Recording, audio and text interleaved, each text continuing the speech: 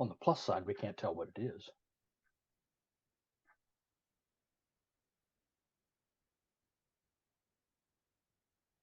Oh, nice.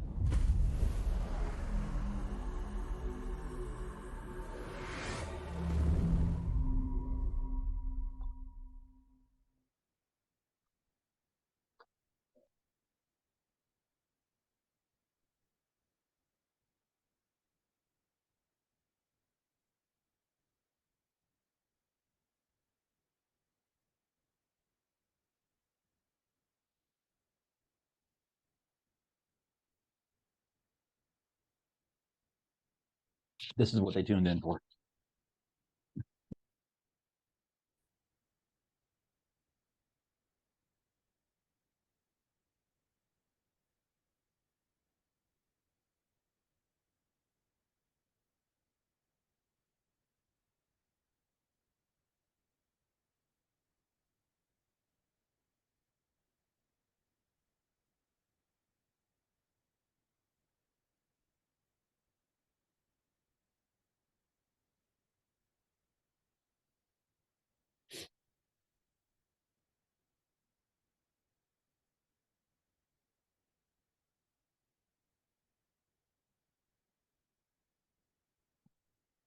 Dave, can you hear us all?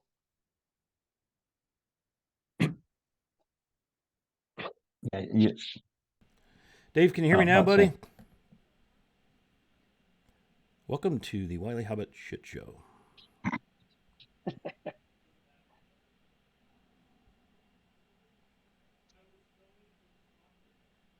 He can hear you. Hopefully he can hear all of us. Oh, and Blarg. That's me. All right, I think I got it now. Till it changes unannounced for no reason.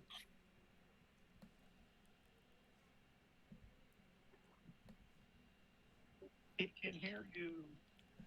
Okay, well, let's try this again, folks. Sorry. Dave can hear me, and unfortunately, he can also see me. This is a low-budget operation. By low, I mean no. All right, so it is Sunday. It's D&D time. We're going to try to play Secrets of the Flanaess. So let's go around the horn and introduce our players. Thanks for the hype train, y'all, with the subs. All Dave, right. Doc Shoulder, Wiki VA. Woo! Thank you. Yeah, we've got a hole where Hebney normally is because we are off schedule. Everything is akimbo here. We're not playing on a regular day, which is what's preventing DM Dave from joining us. So we're going to skip over the dark portal to Dave's world and go right below that to Mr. Nimblebottom himself, Daryl. Hey, Scott.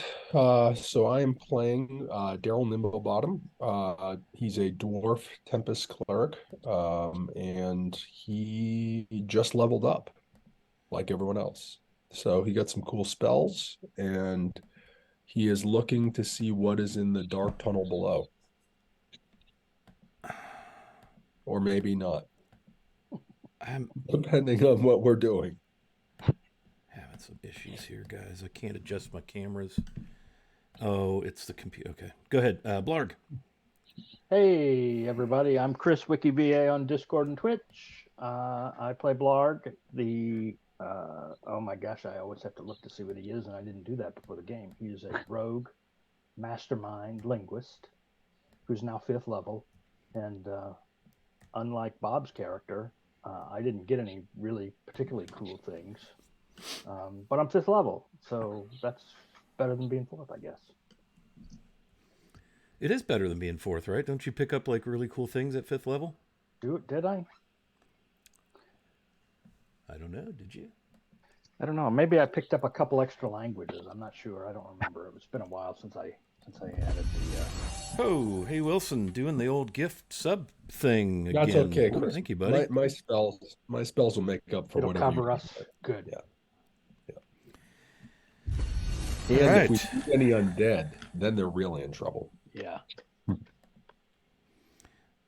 Let's go to Arideth Carwin. Oh, that's me. Sorry, it's been a while. Hello, friends. Yes, I'm Carl on Discord on Carnage, and I do play Arideth Carwin, not a wizard, a mysterious Shatterkai arcane archer, dispatched by his Raven Queen to this dimension where he now finds himself trapped and met this intrepid group of new adventuring friends and a goblin. All right, let's keep rolling. Last and certainly not least, everyone's most favorite dwarven distiller of spirits, Baldwin O'Farrell. That's me. Hey, everybody. Enoch on Twitch and Discord. Yeah, I'm playing the dwarf rogue swashbuckler, Baldwin O'Farrell. And I am the developer of Podka, a distillate of parsnips. And today's game will be brought to you by that product. Also, I am a practitioner of the art of swashbucklery. Hashtag swashbucklery. Thanks, guys. The art of swashbucklery was practiced quite prevalently, with great prevalence last session as our brave and intrepid adventurers met the apparent sort of leader of this system of caves and caverns and worked stone spaces that they're currently in, which is inside a place called the Stone Tooth, deep in the Raker Mountains west of the Ratic kingdom. And they're in search of evidence of the ancient dwarven stronghold of Kundrukar, which was run by the Forge Master himself, Durgadin. They hope to find some weapons that have been forged by the great Durgadin that have been lost to time and the ages over the changing of hands of this particular ancient dwarven stronghold. But they're not even sure that's where they are right now. They've entered this granite promontory that rises up from the forest floor in this river valley in the Rakers. The place is called the Stone Tooth, and they had a map that says this should be where Kundrukar is. And so far, what they found is a sort of an orcish outpost, orcs, orogs, apparently led by an Etin, who went by the names Clarence and Smidge. However, they are now currently deceased at the hands of our brave party members. They are currently finishing up in the quarters of what appeared to be an Orog shaman. A couple of females in there. The shaman is a female, and then she had a female companion. You can see she has a cooking fire that the smoke is kind of venting out. We're in the bottom section here, and they've just finished combat and looted the bodies. And so Baldwin has stepped through the door, headed north, and it is that description I would like to read for you all now. Let me get my self back arranged. Okay. So Baldwin, as you head northward into the area that you've gone through the doors, and Hebney will follow you, so I'm going to drag him up there. Hopefully you'll see him soon. Again, my computer is lagging horribly thanks to the resources that are consumed by Roll20. And so here's what you see. If you guys want to follow through the door, that's great. The ceiling here soars some 30 feet in the air, high in the center of this impressive chamber. And as you can see, the 5-foot squares reveal the fact that this chamber is quite large. Bear in mind that you have basically 12 squares of infravision. Excuse me, I've been playing basic recently. Dark vision. So you don't always get to see the entirety of thanks for that level 3 hype train, by the way. Bleak Season with the bits. What's up, man? Good to see you, buddy. You don't always get to see the entirety of what's in this place because of the size of some of these caverns. The walls are carved with images of dwarves at their forges, reliefs of dwarves doing dwarf things, working hard at their forges, forging, as a matter of fact, which seems kind of odd, right? Dwarves forging. 2 large stone doors exit to the north. Let me see if I can show you some of that. You can't really see it, so I'm going to unsay that. You do see, however, in the center of the chamber, several old skeletons. There's a wrought iron gate you can barely see kind of at the upper end of your vision on the left side of the chamber, marked by those dots, that is to the floor. So kind of like a portcullis in the western wall. And in the center of the floor, you see what looks to be a natural shaped rift that has stone steps that are carved into it, leading down into the darkness. And as you enter this chamber, you hear the sounds, very faint sounds of rushing water and buzzing, a strange buzzing sound, if you will. Doc, why don't you go ahead and pull Daryl up into the room? That way I can scroll up in and get the view on our space here. So what would you all like to do?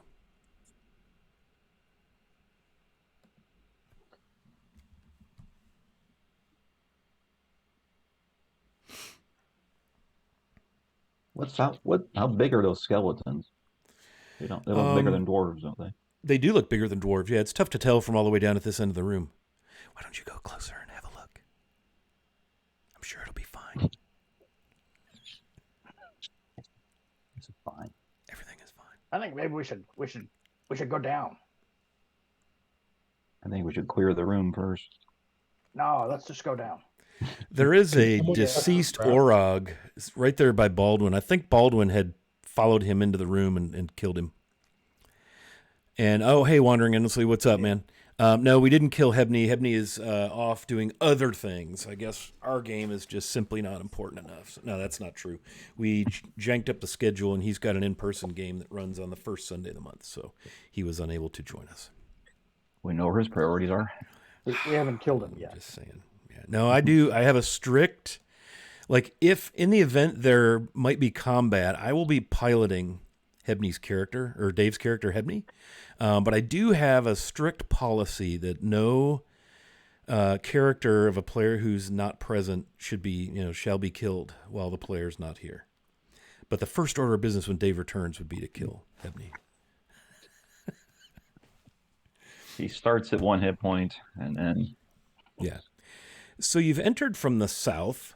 There is the deceased Orog. I believe Baldwin finished him off. I think that was an escapee from the last combat that Baldwin, in his swashbucklery. Right. So what are y'all going to do here in this big old room? I would be in favor of looting said Orog and then clearing the room and then going down. Yeah, is there any way we could check just for traps as we move along up towards these guys? Sure. Describe for me how you're going to do that. But you can absolutely do that. That is a thing.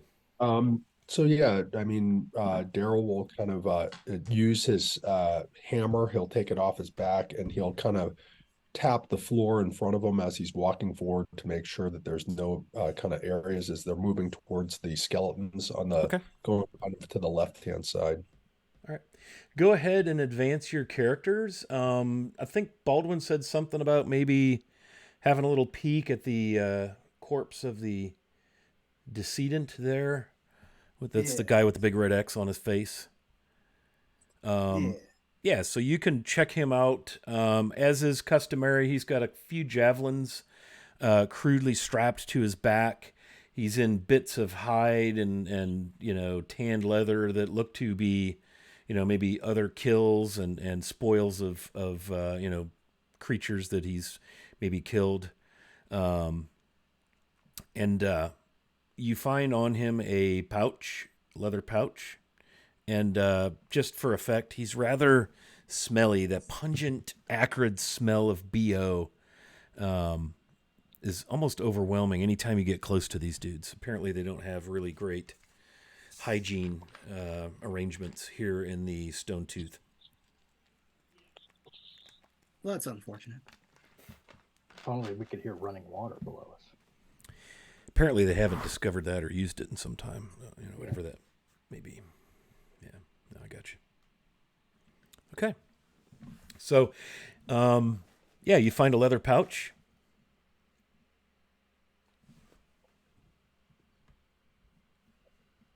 So, is there anything in the leather pouch?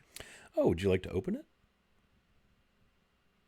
I will, lots and lots of traps. I will,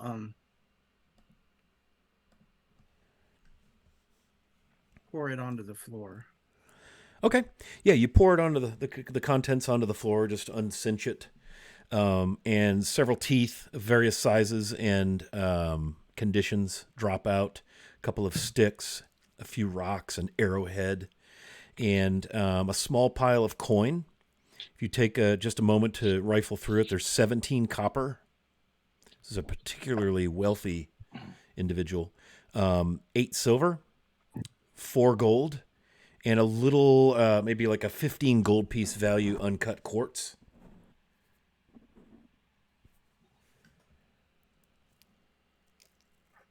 In the pouch. And hopefully someone will continue to record the treasure. Appreciate that. Yeah. Bob tells me he's doing an Excel sheet, which is awesome. Excel treasure. Excellent. Okay, so that's what you find, Mr. O'Farrell. As the party advances up the cavern, let me move Hebney along. Doc, why don't you roll me an investigation? And I think, Eridith, did you say you were going to be helping? Yep. So go ahead and roll that with an advantage to, I assume you're checking for traps, secret doors as you advance through the chamber, correct? Is that what you told me? I am. That's a 12. Okay. At advantage? Yep. Okay. You could certainly tack on a +2 to that to make it a 14 if you wish. Okay. We'll Yeah. make it 14. Great. So tapping along, everything again. This chamber is very clearly cut by dwarves. You recognize it as a dwarf. This is definitely dwarf stonework. Everything feels and sounds solid. You don't find any panels, openings, nothing pings with your hammer as if it were hollow. You do see the portcullis in the western wall over there near right where you were standing with Blarg. And you do see the skeletons. And now that you're more close to the skeletons, there's numerous skeletons. And there's a door in the north wall that, let me describe it for you.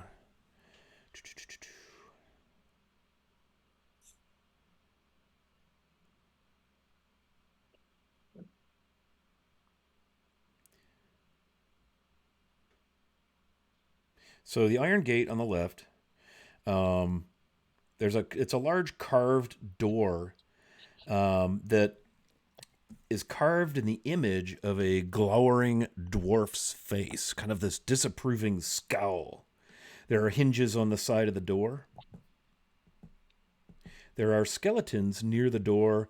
They look to be orc or orog type sized skeletons, but they look to have been there for some time. There's no meat. I mean, from where you're standing, that's what you can determine.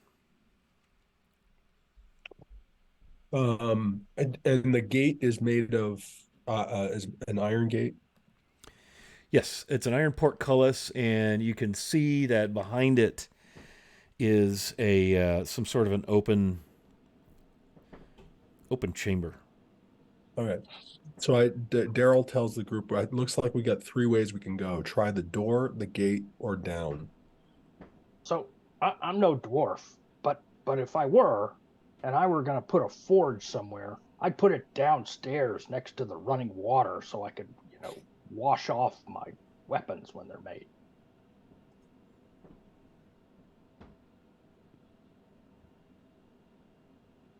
Or maybe wash the dirt off my face when I was done forging. Daryl kind of looks at Blarg. Or maybe have a nice cool drink of water after a day at the forge. And Daryl looks at Blarg, and it's clear that Blarg has no idea how to actually make weapons by the conversation that he's having about cleaning and rinsing and yeah, every dwarven sensibility self-care. in you and Baldwin, your eyes can't help but roll, like way into the back of your head. You're just like, really, Goblin, really? Is this really happening? But down does not sound like a bad idea, despite the theory that our linguist is proposing as the reason to go down. Plus that door. I mean, that's one ugly looking door. And I mean, these skeletons obviously died looking at the door, so we probably shouldn't even look at it. Can Daryl kind of investigate the door a little bit more of like to see if he recognizes anything specific about the carvings or anything? Sure. And Baldwin will assist in that investigation.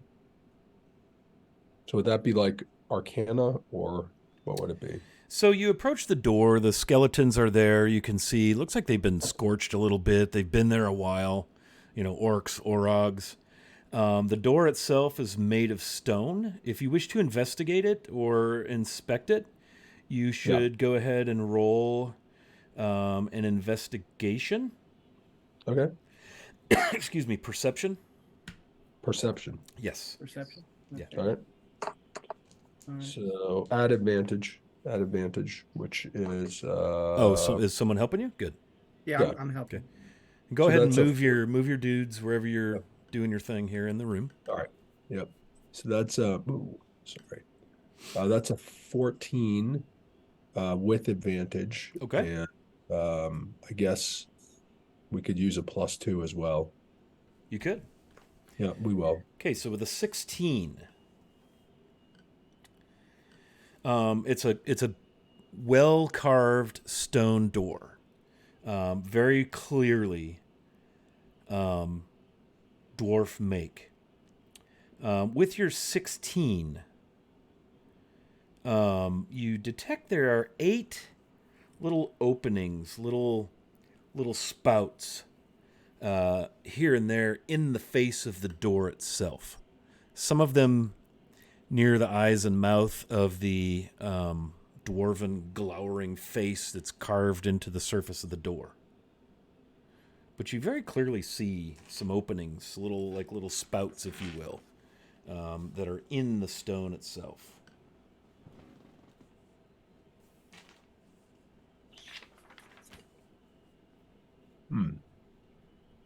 So it's clear those are probably, Daryl looks at the spouts, inspects them, and mentions to Baldwin that it looks like these might be for water coming through, and if there was, you'd be concerned that they want water to enter into this room. They might want to. How big are the spouts? How big are they? Roll investigation as you begin to try and figure out, okay, what are these things, right? I'll assist with that as well. Hey, Doc, you just got an advantage from wandering endlessly. Thank you for that advantage, chatters. Thank you very much. Appreciate it. That is a 6. With advantage. And With then, but I mean, that was with, I can't do an advantage on an advantage. Yeah, because advantages don't stack.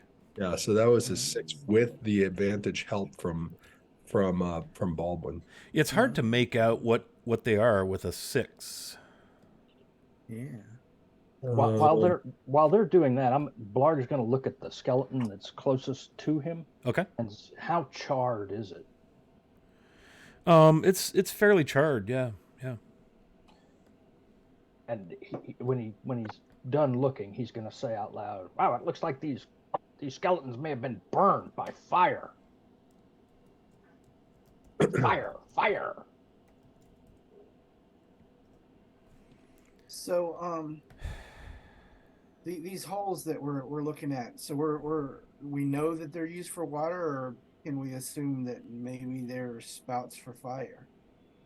I wonder if there's some spouts somewhere that could spew out fire.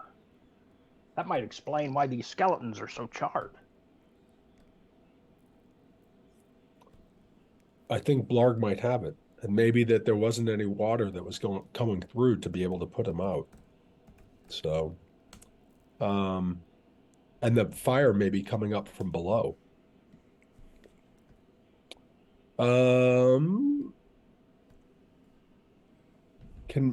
Daryl's going to just investigate the other wall. Which wall is that? The one to the east. Okay. Go ahead. Gonna move down here to inspect it. And I'll roll. Oops, my guy is not staying there. There we go. I will assist again. So investigation. That is 17. Okay, so along the eastern wall, again, all solid. You don't find any stone out of place, any cracks, any indications of a secret passageway or a hollow pocket. Nothing. Okay. Like that. So with that, it seems like I think the best strategy would be to go down. I agree with Blarg that going down might be their best steps, and then if we don't find anything, we can always come back up. I'll go along with that. Blarg? Yeah, let's go down. Okay. We're gonna go down. Down it is. Okay. As you get to the sorry, my computer's really glitching here. As you get to, you're going to head down the steps. Yes. Gosh, guys, I'm sorry. My computer is just glitching. I can't even move my cursor. Good grief. Okay, so the buzzing that you hear grows quite a bit louder as you start to head down the stairs. And coming up the stairs, flying, you see four kind of largish. By large, I mean bigger than a bat, bigger than a big bat, but kind of bat-shaped mosquito, proboscis-looking flying things coming at you. And I'm going to invite the group to roll initiative. That sounds like a good idea. So if y'all want to move your dudes wherever you're putting them, and yeah, we're gonna try some initiative as four of these creatures come kind of flying up the stairs at you.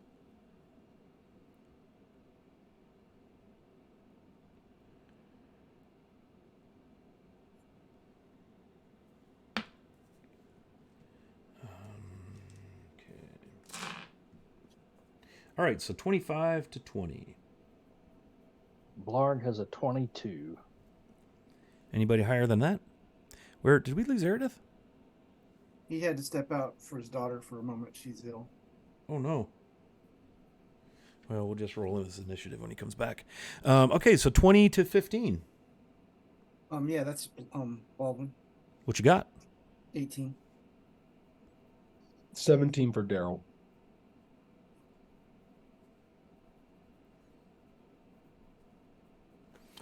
All right, I got to get Hebney here. Hang on.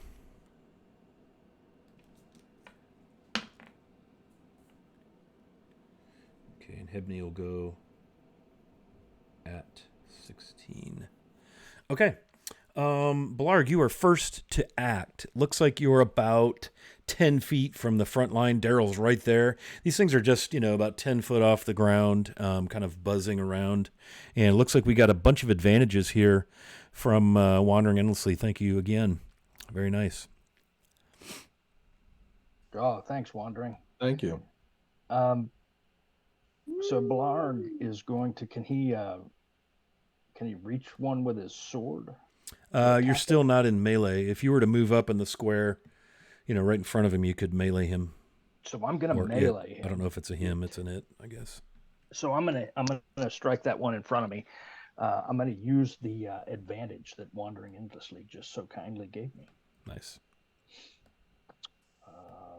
And the first thing I'm going to do, though, before I attack, is I'm going to bonus action my Acid Tongue sword. So I'm going to say the command word, and it's going to come up with acid, greenish acid all around the blade. Nice. And then I'm going to attack it. Nice. Okay, roll your to hit. And it's with advantage.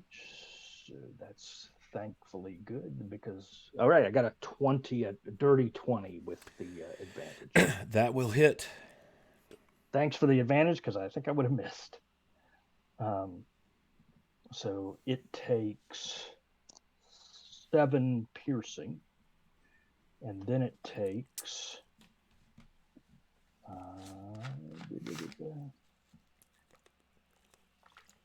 7 acid.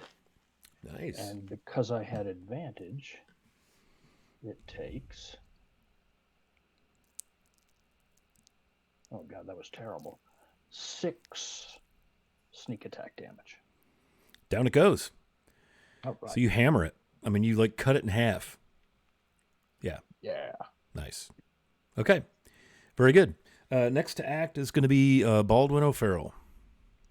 I'm going to blast the next one with my decanter of water. Okay. From all the way back there with Daryl and Blarg. Remember, guys, you got to move your dudes. I'm right at the edge of the steps. Right at the top. Yeah. Okay, so you've got Daryl and Blarg between you and the creatures. And how much? All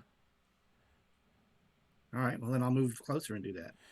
And then kind of just which decanter of endless water feature are you using, and describe it to me because I need to know because it's a stream of water, and if you're going to be firing it with a ally between you and your target, that's going to be a thing.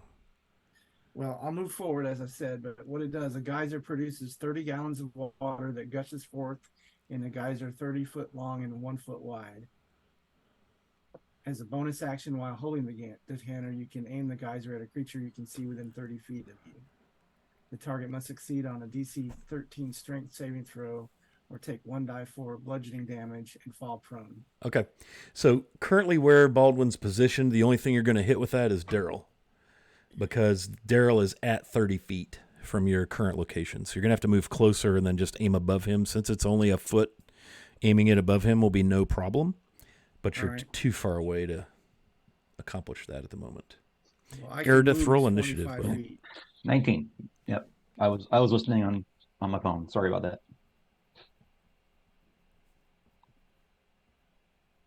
How big is each square? 5. Okay. 5, 10, 15, 20. So I'm going to go here. And then I'm going to aim at this bad boy over here. Well, the one that's the westernmost one. Okay. And you can, if you want to indicate a thing, you can move your cursor onto it and hold it down, and a little colored ring will, there you go, will ping over it. I'm gonna aim at that one. Okay, cool. Do your thing, man. Roll your attack roll. So you're gonna fire some water at this giant mosquito bat looking thing. It's got a long proboscis. All right. That's like Latin for poke you and suck your blood out. Straw. I'm gonna use an advantage.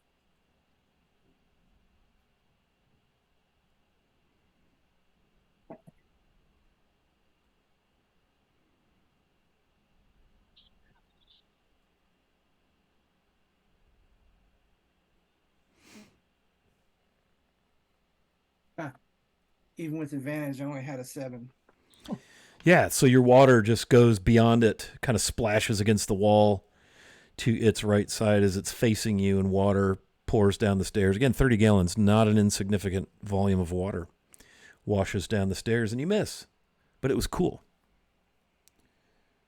Anything else you'd like to do on your turn, Mr. Distiller of Spirits? Can I throw a javelin at it? Well, you've already used your attack action with the decanter of endless water. Let me see. So unless you have a second attack, but you're a rogue, I believe, right? No, I'm just a rogue. Let me see what my. Well, I do have 2-weapon fighting. Yeah, they've got to be a melee and a light weapon. So your decanter would not qualify you to use that feature. Okay. Yeah, I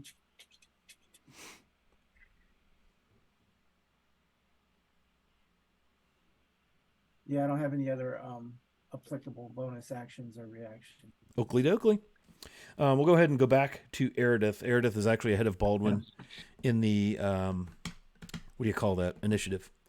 So Eridith, you got these 4 dudes that are like the size of large bats hovering in the stairwell coming up at you guys. One is down. The one in front of Blarg is down. I'm going to take advantage of that leveling up, which gets me 2 attacks now. And I'm going to shoot 2 arrows.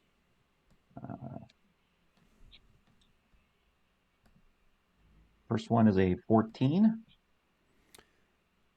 Okay, and which one are you attacking? Oh, right or left click? Ping. Right. Oh, sorry, left click. Left. Well, I don't know if there's a delay or not. I'm pinging the one on the far right. Far right. Okay. Not the opposite side of the one that's dead. You don't have a good line of sight to him. Look where your character is, and the wall is kind of jutting out between you, and you're going to need to move to where you've got a line of sight. Okay. Sorry, I missed the... I will... Now, do I have a good line of sight? Wait for the delay. Wait for it. Backwards. There you go. Yep.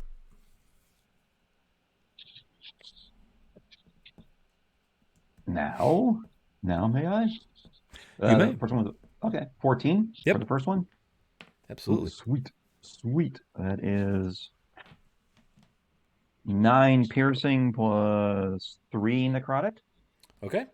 Describe for me how you end this little thing.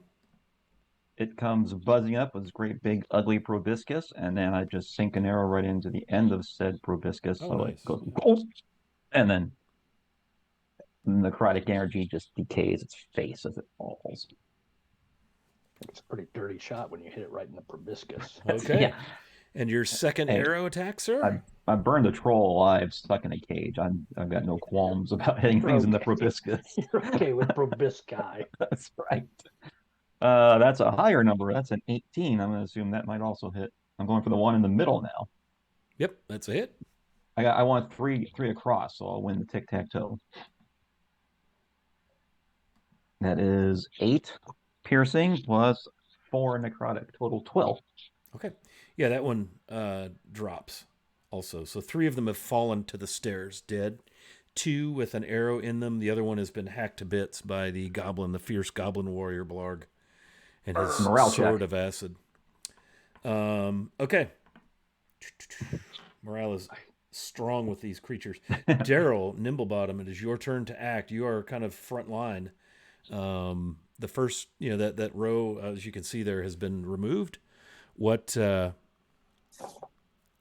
But we have 3 X's, don't we win? So he'll move up and he'll hit the last. He'll use his warhammer to try to hit the last one. He's going to use advantage. Oops. Let me do that again. So that is 12, but he's going to use advantage. And 13. 13 is not a hit. I'll take a long proboscis for the block. That is what Daryl's gonna do. Okay. Well, that was rather anticlimactic. Hebney is going to race headlong down the stairs. These stupid mosquito birds. And he's got his weapon that once my cursor moves far enough for me to click on his character sheet, I will determine what weapon that is. It's a Warhammer +2. And he's going to swing. And that's a nat 1. That is freaking awesome. But he has 2 attacks per action, so I'm going to swing again. And that is a 20. So I'm checkers or records here. I'm either crit miss or crit hit. And I'm not even going to bother with damage because he just made Sturge paste out of that dude with a crit.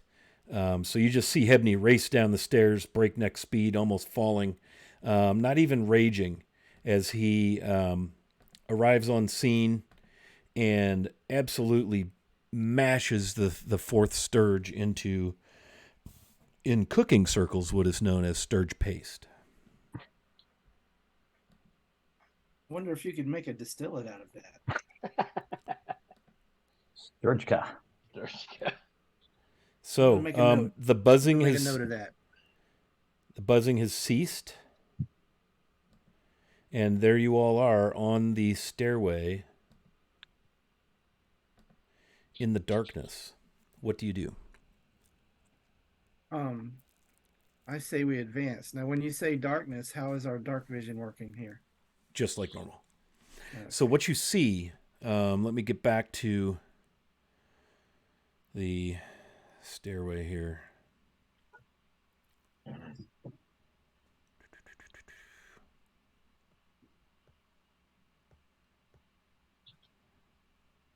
I'm not going to lie. I thought that buzzing was the forge. I thought somebody maybe left it on.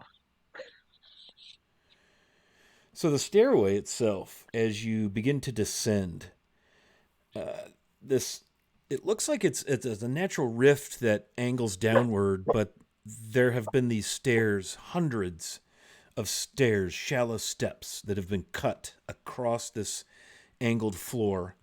And it twists and turns quite a long way downward. The walls are still natural cavern. And as you descend, you get about 60 feet down, and a rushing stream, spills from a narrow crack to the south, crosses the stairway, and disappears into sort of a narrow, winding tunnel to the north. The stream is only about 2 to 3 feet wide, and now I'm going to attempt a map change in-game live with everyone. Is everybody ready? Buckle in. Here we go. We are now going to change maps. Okay, I changed maps, but it doesn't appear that the game has changed maps. So what has to happen? That's a surprise. Wonder why you guys aren't seeing the new map. Okay, well, we're going to learn on the fly as the DM is new to Roll20. Oh, I know why. I know why. I know why. I got the answer. I know the answer. I know this one. Hang on, you ready? Whoop. Got to move the little red banner. And here comes the map change. And there it is. So you're going to have to move your cursors to where you can see on the map, and you're going to have to pull your tokens from the journal. I'm going to pull Hebney on. There we go. Yeah, I don't remember how to do all that. Journal is the third icon from the left on the top right side of your screen. Okay. And you click on that and then grab, in other words, click and drag your name over onto the map and drop it on the map like I just did with Hebney just now. And you're going to bring him down where I'm going to place Hebney. And of course, because of the delay, you're just going to have to wait a second until, there we go, until it catches up. So go ahead and grab your characters. Oh man, I'm looking straight into this ring light. Jeez. It's almost as if I'd never streamed D&D in my life.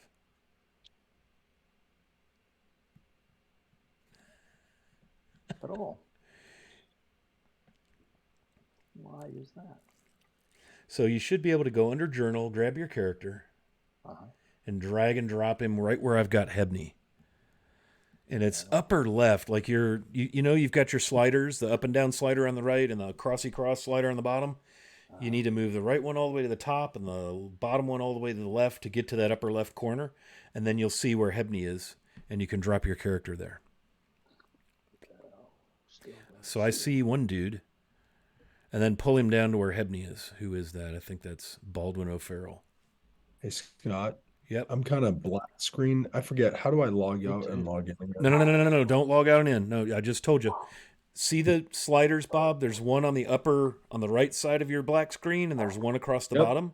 Slider all the way to the up, slider all the way to the left, and that'll pull you to the upper left corner of the map. Remember, guys, when Fog of War is on, and until you get on the map, your character does not illuminate any part of the map.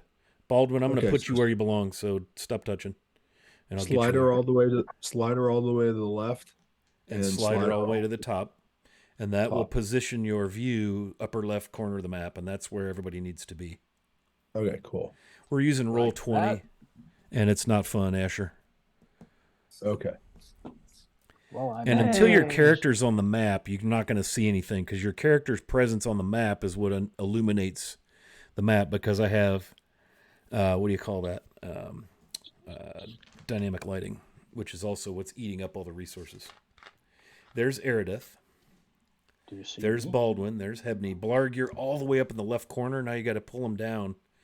Drag and pull him down to where Baldwin, Hebney, and Eridith are. Drag and pull him down all the way where... See where the three characters are on the map? Oh, you probably can't because you're not far enough on the map yet. Nope. Just pull them. There you go. Now you can see. And I want to be all the way up in the upper left of the map. Drag your guy onto that upper left and then start to drag him downward, and you'll see where the other characters are. Okay. Still don't see anybody. Go up and to the right, Chris. Up and to the right. I don't understand why you guys aren't seeing stuff as you're on the map. That's the whole point of this dynamic lighting. Okay, now go drag him to the right as you're looking at him. Oh yeah, I see. I think I see Chris. Oh yeah, I see him. Okay, great. That's why you got to have your slider, your bottom slider all the way to the left, and your up and down slider all the way up. That's the slider is what's moving you around the map. Yep. And if you're not looking at the part of the map where your character is, you'll never ever see it, no matter how hard you try. So Daryl is on top of Baldwin. Why don't we go ahead and rectify that, because that's just creepy. I got it. I'm working my map here. Hold on. Okay. I'm getting I'm there. getting to Hold the on. point where I think I want to kill dynamic lighting. We're getting there. Hold on. Give me 2 seconds. It's just so nice when it works. Yep. Almost there. Almost there. Okay. Now here and Daryl there. And then just go ahead and move him off of the square that Baldwin is in. Otherwise, I Yep, can't I see just you guys did. around. Okay, it's still. Oh, there we go. Thank you. Okay, I got you. Yep. Okay, we all there? We are. I think so. Okay, so that's the kind of the. You've gone 60 feet down this tunnel, and that's your view. And as you can see, there is this little stream, a rushing stream, and it's flowing from left to right, from south to north. Up is always north on this, on these maps. It is always oriented that way. Sorry for the glitchiness. It's dynamic lighting is what's doing it. If I could figure out how to turn it off, I would. I need to find that and turn it off. It's just killing it. Golly. I thought this roll 20 would be great and add to the game, but it's so glitchy that we would do better without. I think it definitely helps combat. It does, but like I'm watching the stream and it glitches my computer so bad it's ruining the stream quality because it uses all of these resources. Okay, looks like we're behaving.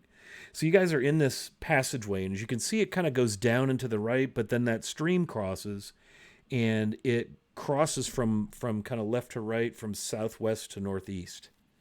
Again, squares are 5 feet, so you can see it's not a rushing torrent river. What do y'all do?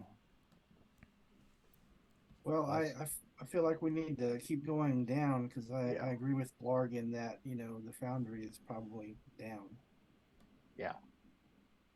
Yeah, probably by the water. Okay. Agreed. Let's go down. So will you follow the path straight or take the left? Which way would you like to go? I'd like to go straight and keep going down to the southeast. Okay. Go ahead and move your figures. I'll try to keep Hebney up with you all. So this is a really skinny screen. We can just sort of hop over that, right? Easy. Don't even have to make a roll. Yeah. Oh, golly. I gotta find the dynamic lighting and turn it off, guys. I can't even function on my computer because my cursor's doing it. I don't know where it is to turn it off, though. So what is the dynamic lighting doing for us? As you move, it reveals the caverns, which is very nice. Otherwise, I have to do all that manually. But to have it running is glitching my computer to the point where it's wrecking the stream quality, and it's making my laptop kind of useless. Wandering endlessly says right-click the map token, no longer map bar.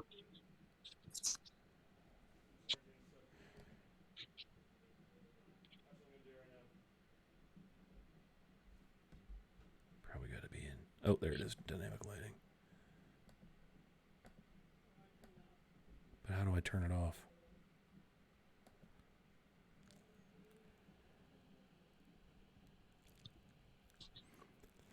Bear with us. Oh, glad your leaves are working there, Mr. Weasel. Somebody was probably smoking them while you weren't paying attention, and that's why it looked like they were never. Got to keep your eyes on them. Keep your eyes on your leaves. Bear with me here, guys. Hey, wandering, but how do you turn it off, man? The dynamic lighting, I mean. That's where I'm struggling. Maybe it's on one of those clappers.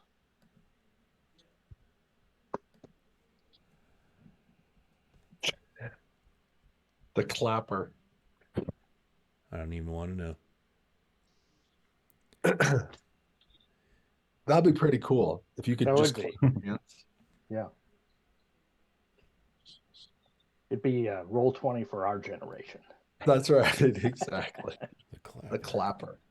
I've lost Hebney. I don't even know where I put him. He's fallen and he can't get up. Yep, he's in the lava.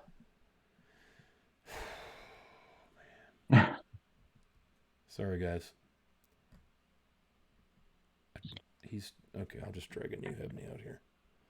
And we'll have 5 Hebneys. I wonder what the tech was to make the clapper work.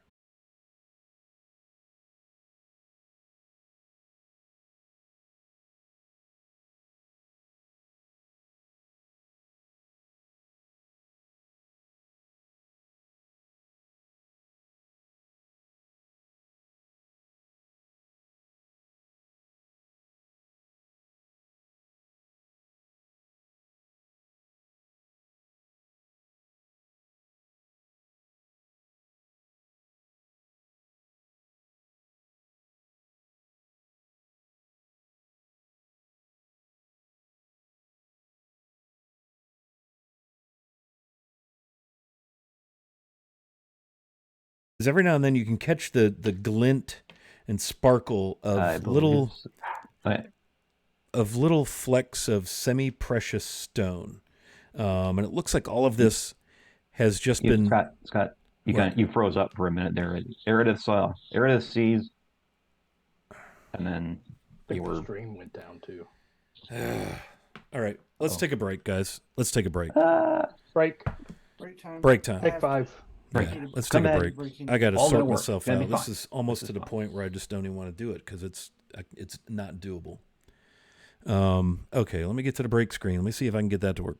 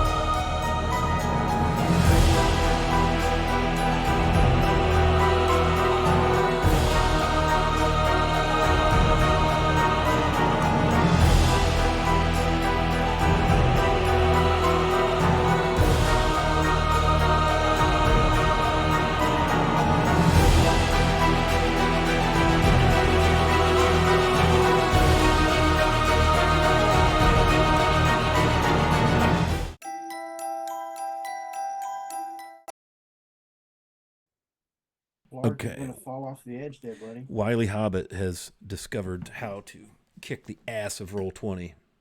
And so we're going to advance now. Dynamic lighting is a thing of our past. And our explorers are moving down this tunnel. Go ahead and continue on. So as you can see, the steps, it winds. There's little plateaus and ledges. And what you're getting here, again, what you see as you go into this thing, it's all natural caverns. The ceilings are anywhere from 8 to 12 to 15 feet high. It's all natural. What's interesting, the caverns themselves are gorgeous, beautiful. You're getting little, even with just dark vision and no light source, you could tell there's like this little sparkly glisteniness, flecks of and I'm sure all of you've even seen Hebney tempted to just get close to the walls to see what's causing the sparkle, and it looks like it's little flecks and bits of semi-precious stone, probably like quartz, that is glistening even in the dark. And you see here and there signs of great water erosion. So you could tell that this natural cavern was, probably eons ago formed by natural water flow. And there's 2 Hebneys. So now I found the other Hebney. I'll get rid of the one. I'm going to delete Hebney. Always wanted to do that. Bye, Hebney. Okay. Delete the right one. Don't tell Dave. I just deleted Hebney. Wandering endlessly, thank you. Your direction is what led me to find the damn off button for dynamic lighting. And so I'm just going to manually reveal bits as the party advances.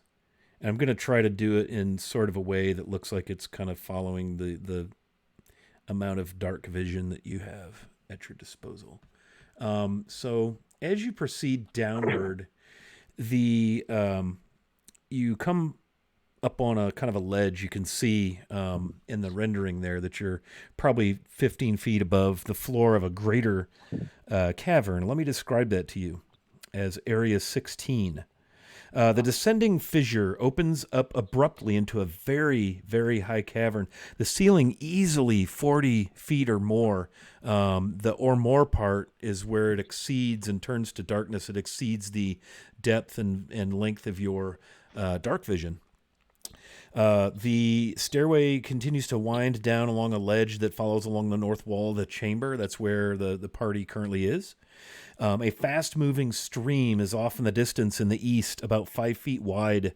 It runs from the north to the south this time, and it looks like it's hard to see from where you are, but you can hear it rushing along. What do you do? Well, Blarg's going to keep walking down to the end of the little stairway thing that we're on. Okay. Agreed. Let me go ahead and give you some more visual on what you see as the party advances. You guys should be getting some more peaks. Yep. So we're doing dynamic lighting the old-fashioned way, and the dungeon master is controlling. Okay, so what you see there, the stream actually now is running north to south and disappears under a ledge or a low stone overhang, very narrow little tunnel, and vanishes. But you can hear the water rushing. And as you get down into this, let me also show you what you see. Get to the right level here. As you see 4 more of the little buzzer guys kind of drop down from the darkness above the ceiling, and they're kind of right over the center of the room, and they spot you and begin to move in your direction. We're going to keep the same initiative order. Let me move Hebney. Whoops, hang on. Gotta turn off. How do I make it stop? Okay, Scott, I did make it stop. Doing that, could Daryl just take a free action to look up towards the ceiling? Sure. And does he see anything like a nest or anything that's like where these things might be coming from? Roll me perception. Sorry. Let's see, perception. Right there. With advantage, he's going to do it. So that is a 20. Yeah, so you look up and you see kind of dangling from the from the ceiling, this slimy, wormish, like tentacly-ishly thing, and it drops from the ceiling as you look up. And it drops right upon Aerodith. Ooh. So let me Well, just Ew. Sorry, buddy. Didn't Don't know look up looking next at- time. Good job. Looking at the tentacle. Haven't you ever thing. watched cartoons? Yeah. Okay, now let me get back to. Okay, so this big, it's like an 8-foot long, like wormish thing, drops. You should be able to kind of see it on the map. Let me zoom in. I'm assuming It's right on top of Aerodith. Let me give you a visual on stream.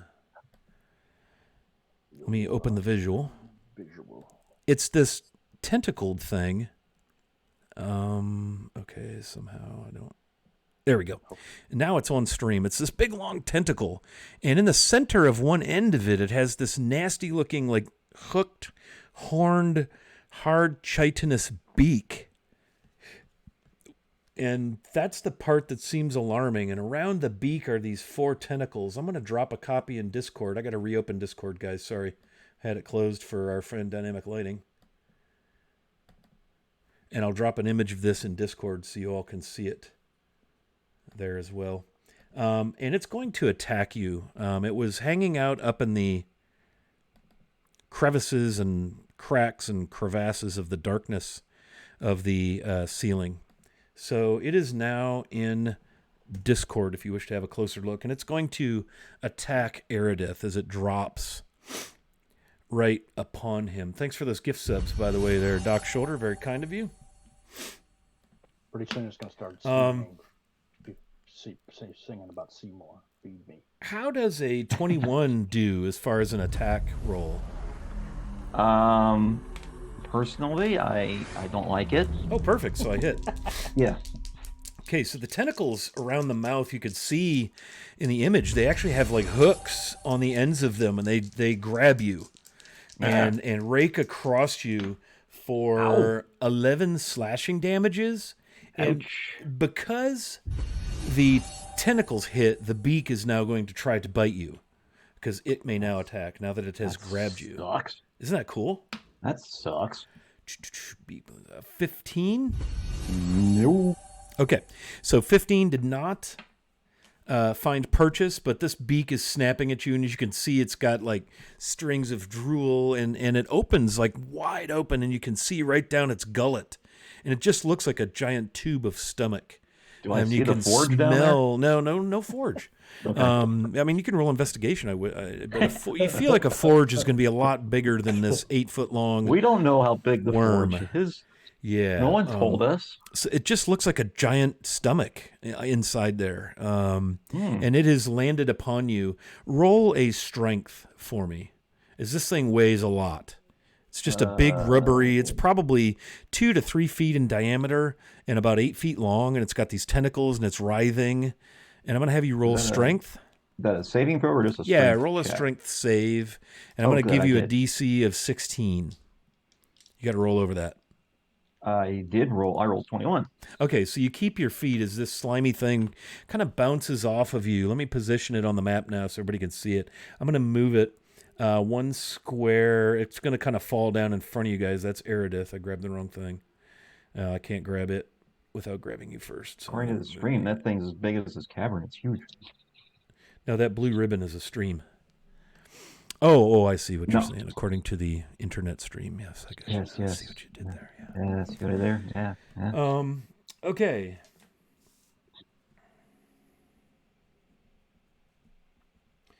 So we are in initiative, and we're going to start at the top of the order.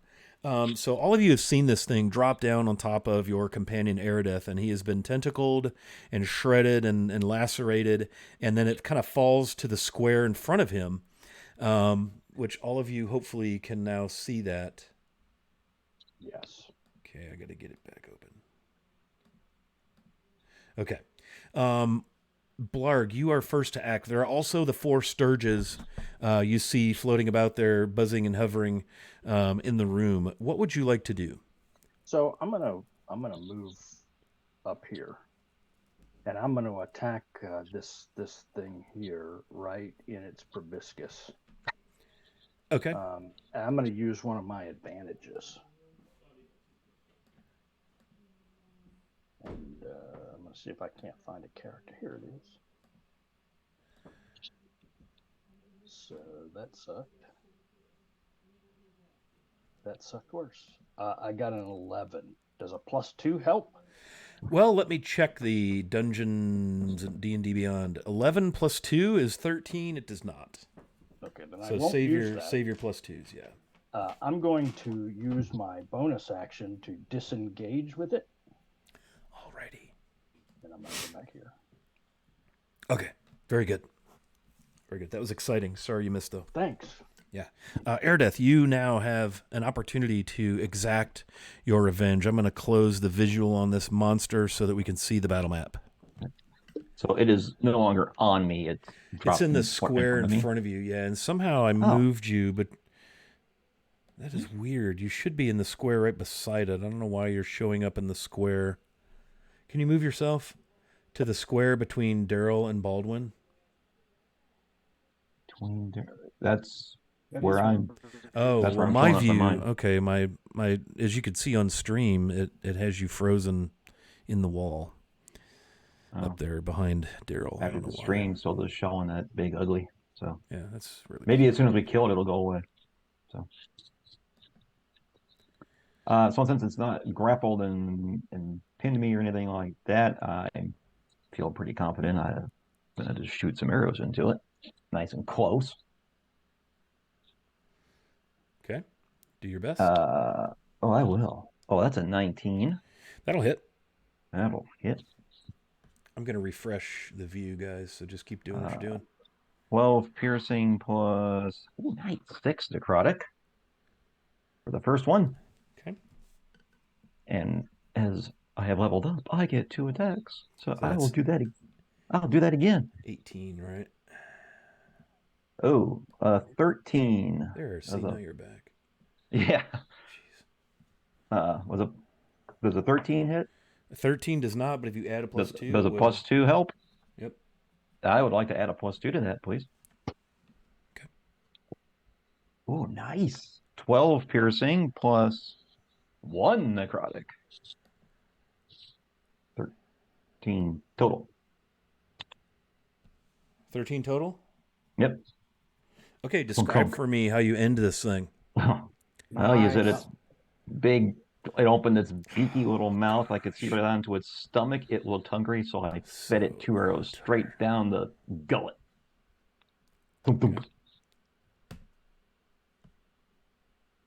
Just try not to hit the forge. Yeah.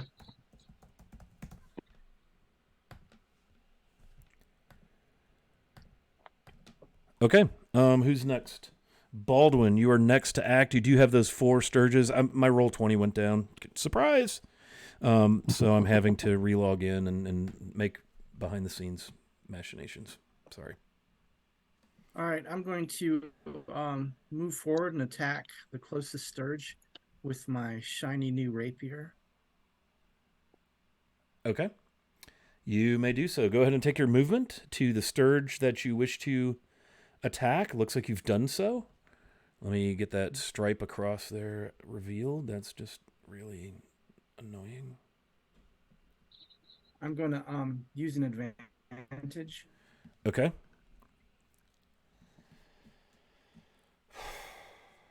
That's a 21 to hit. Yeah, boy.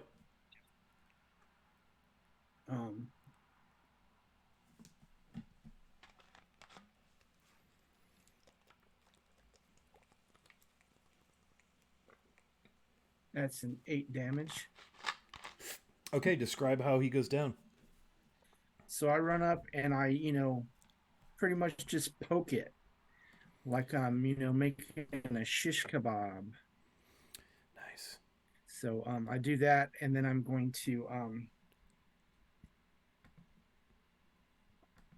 disengage back to here and prepare for the next thing that happens. Okay. All right, down it goes. All right. Following Baldwin is Daryl Nimblebottom. Daryl is going to I think what he'll do is he'll say a little prayer, and he will pass his hands across his chest, and then he'll kind of point to the sky, and a flame will come down on the guy that's here, Okay. and he's going to cast Sacred Flame Okay. on him. And that's a Dex 13 save. Dex 13 coming up here.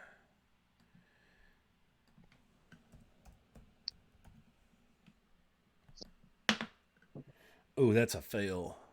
1 isn't good, right? Nope. We think it is. Yeah, it's good for you all. Depends on your So Sacred perspective. Flame. What color is the flame? Like, what does it look like when this thing... Yeah, so he's got kind of like the blue, the same color as the river. Oh, nice. Yep. 5 points of damage. Okay, poof, it incinerates and Nice. quickly vanishes. Poof. And that's his turn. Right. Okay. There are 2 left. Hebney is going to leap. Whoops, I'm in the wrong mode again. Sorry, guys. 5, leap, 15. And he's going to just go right in the same space with his hammer raised and just club this thing out of the sky. He rolls a 4 plus 9 is, what is that, 13? He's going to go ahead and burn a +2. +2s come from subs and follows, by the way, in case anybody's curious and hasn't followed or subbed. And he's going to whap it out of the sky with his hammer. And he's doing the two-handed version for cinematic effect as he goes leaping off the precipice for 12 damage. And he just pounds this thing over the wall in center for a 3-run shot to win the World Series. Yeah. And that one's gone. That was for you, Houston fans. That was for you all. Gotta back him up so I can delete that. Okay. After Hebney comes the final Sturge. And it's going to attack Hebney.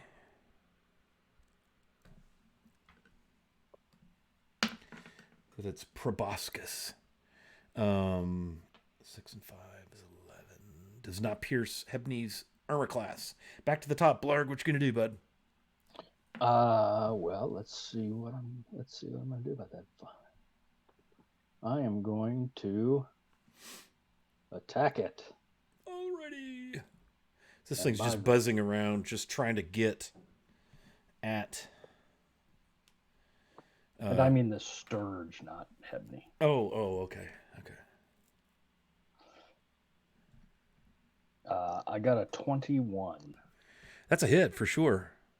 All right, so he takes 7 piercing. Should I keep rolling?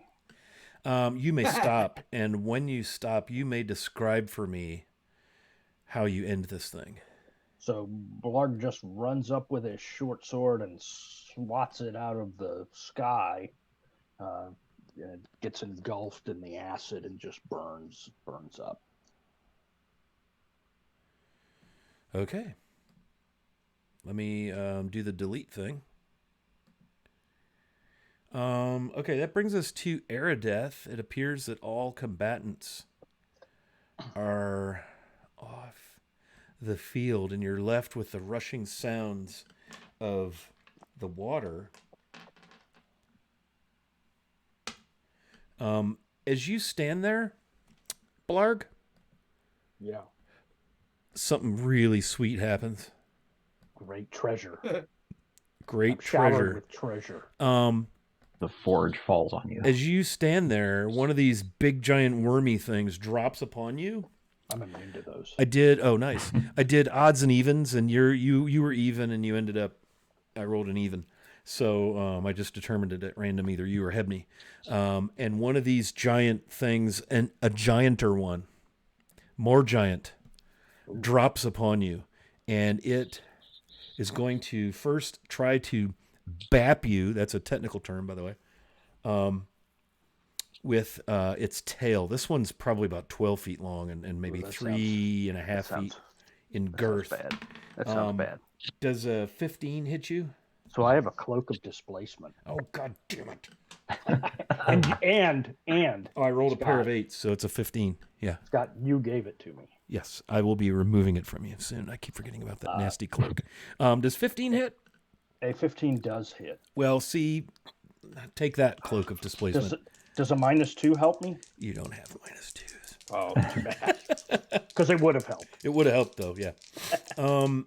2d6 plus 4 bludgeoning is 9. And then a tentacle attack at disadvantage because of your splendid cloak of displacement. The low number there is a 1, so it falls with a wet, meaty slap to the cavern floor. Roll me a strength, please. You mean Dex? No, I want you to roll strength because this thing weighs a lot, and I want to see if it knocked you. And it's a strength save, DC 15. I want to see if it knocks you prone. So I basically need a 30 here. I got a 7. Yeah, so you're prone. Well, I don't like that at all. Yeah, it was all just this crush of it. You're just standing there, and then all of a sudden, this big honking thing drops down. Again, the imagery for your enjoyment is in Discord. The stream already saw it. I can flash it out again real quick just for visual effects. It'll appear after the delay shortly. That was its surprise turn. Blarg was last to act. It was Eredith's turn as this unfolded. So, Mr. Shadarkai, what do you wish to do? I'm sure Bark has under control. I'm going to go search. No, I am going to sink look for treasure with freaky elven speed, a la the what was that? Hawk the Slayer. Just the 2 arrows come flying and with a satisfying 22 to hit for the first one. 22 to hit my creature? That is a great roll to hit. That is a dynamite roll to hit. That's a balls roll for damage, though. 5 piercing plus 2 necrotic. 7. But the second one is that's a 24 to hit. That'll definitely do it. And are you freaking... that was a 7 out of 1. Okay, 11 piercing plus 1 necrotic. Nice, satisfying, weak hits. 11 and 1 is what you did, right? 12, yes. That's 12 for those keeping track at home. Okay, just some fun charting it. So, bam, bam, 2 arrows disappear into the... Bam, bam, into it. And a little dead, little necrotic, little spots appear where the arrows. It was 11, you said? 12. 12 total for the second one. Okay.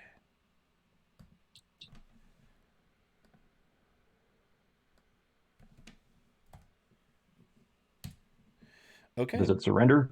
It does or not. die? It does not. Baldwin O'Farrell, it is your turn, sir.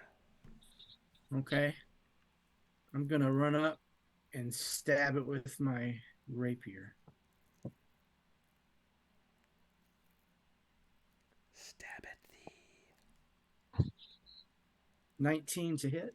Yes, sir.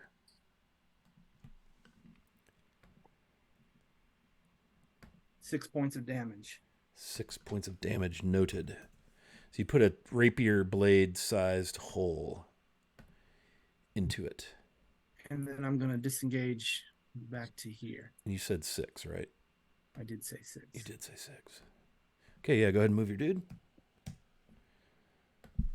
After Baldwin comes Daryl O'Farrell, Hobbit Dwarf. No relation. So Daryl is going to do his same little maneuver that he did and cast Sacred Flame again. So blue flame erupts from the heavens to come down on this little man, or this little worm, large worm. Dex 13 save. Okay. I know how to do that. Dex 13 save. Surprisingly dexterous creatures. I rolled another one. That's 2 saves and 2 ones. That's really not impressive saves. Okay, so your flamey flame does flamey flame things. 14 points. Nice. 14 damages. Nice. I will note that in my list of damage. Let me just zoom in for our viewers. That brings up Hebney. Hebney's going to run and stand in the stream and take a mighty thwack. You said that was 14 damage? 14. Okay.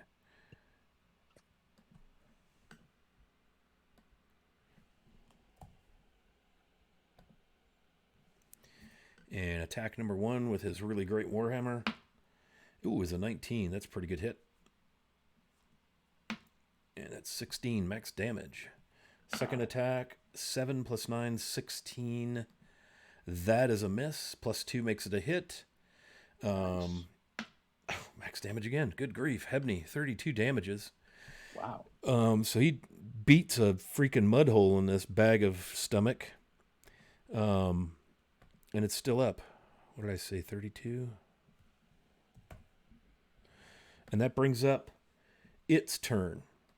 And after taking that pounding from the gnome, who hasn't even begun to rage yet, this thing is going to swing its tail around. Ooh, with an 18 plus 7 is 25. Yikes. Hebney's going to take some damage. That's 7 plus 6 is... 7 plus 4 is 11. Let me mark the character sheet. 11 damage. Okay.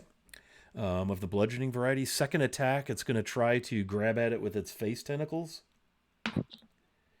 That's a 4 on the die. Plus 7 is 11. That's nowhere near Hebney's 17 AC, so that's a miss, which is good because if he grabbed him with the tentacles like before, he'd be able to attack with the old beak. So, what was I going to say? That's a miss. Yeah, Baldwin O'Farrell. I would like to call your attention to the fact that another one of these has dropped onto you. Uh-oh. Except that I'm wearing a cloak. Of Yes, displacement. you are. You are. So it's fallen onto you. It's in your square. It is now going to make its attacks. Okay. At disadvantage. So Before tentacle. we're done, everybody in the party's going to have one. That's a miss. No. Pretty soon all the monsters are going to Roll me a strength save, Mr. O'Farrell, please. DC 15. And Blarg is prone at the moment still. Let's not forget that. Oh, just for the moment. 19. Okay, you're still up there, Mr. O'Farrell. Your dwarven hardiness has helped you keep your feet, but you have one of these green worm dudes, not quite as beefy looking as the one that Hebney just got done wailing on with his amazing warhammer. Blarg, it's your turn. You're laying prone beside this squirmy worm looking thing. Well, I'm going to stand up. And then I'm going to hit it with my sword, except I'm going to use an advantage to do that. Speaking of advantages, programming note, Hey Wilson just gave everyone in the party present an advantage. Yay! He also gave the DM 4 advantages. Thanks, Dave. Why? Because he knows how I roll dice. All right, Thanks, so I'm Dave. going to attack it with advantage. Okay, you may And do so. First attack sucked. And the second attack was one better, but still sucked. So I got a 9. Yeah, that's a miss. There's no +2 that's going to help you with that. So I'm going to use my bonus action to disengage. And I am going to go, let's see, I used half my movement to stand. Correct. 5, Wait a minute. Let me think a little bit. 5. This ledge, can I climb up that using my movement? Or is it too high? It's probably, you don't have enough movement to do that. Okay. So I'm going to go 5, 10, 15 right there. Okay. Right And that's- beneath another, I mean, nothing. Everything's fine. You're good. Right there's a good spot. Right next to the dragon. Yes, the invisible platinum dragon. Yes. All right, that's all I got. Perfect. Very good. Good.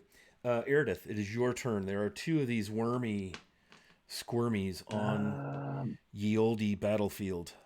Right. Doesn't make sense to just try to get one off the battlefield. I will take a shot at the one that's already been hurt. Yeah, and that one's looking pretty rough. 12.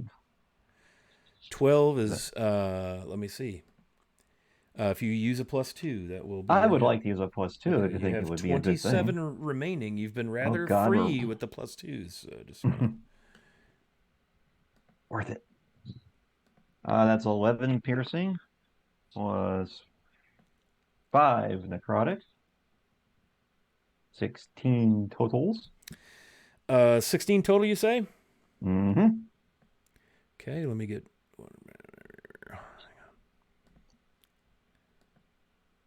Whoops. What's happened? Hang on.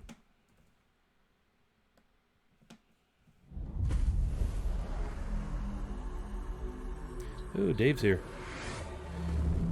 Okay, it's looking bad, but it's still not deceased. But it's looking bad. Persistent. What's up, Dave? All right. Thanks for that sub, buddy. We have not killed Hebney yet.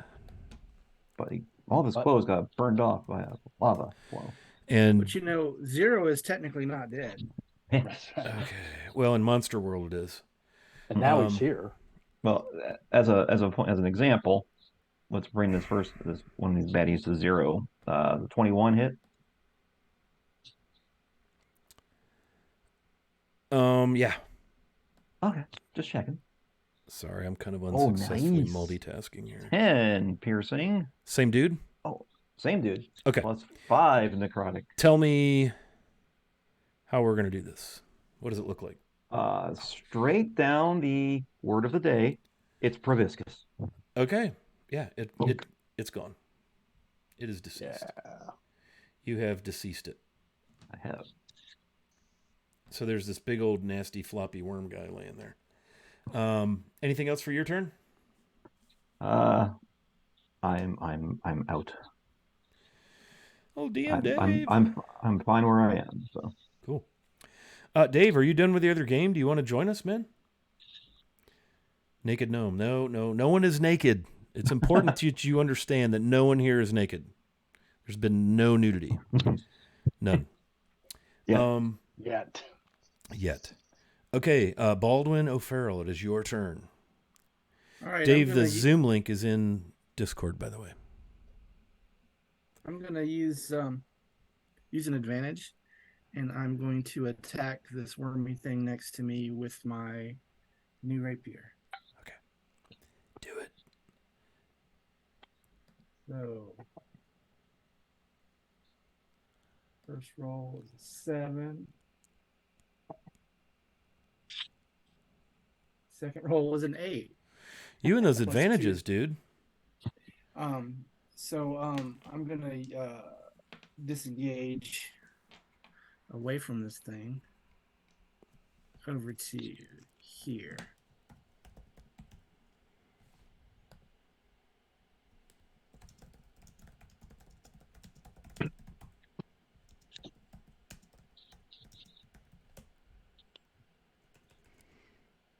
And that's it for me.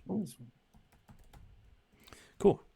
Looks like Dave will be joining us in about 5 minutes, so we'll probably take like just a quick pause in the action to size cameras and stuff when he enters Zoom.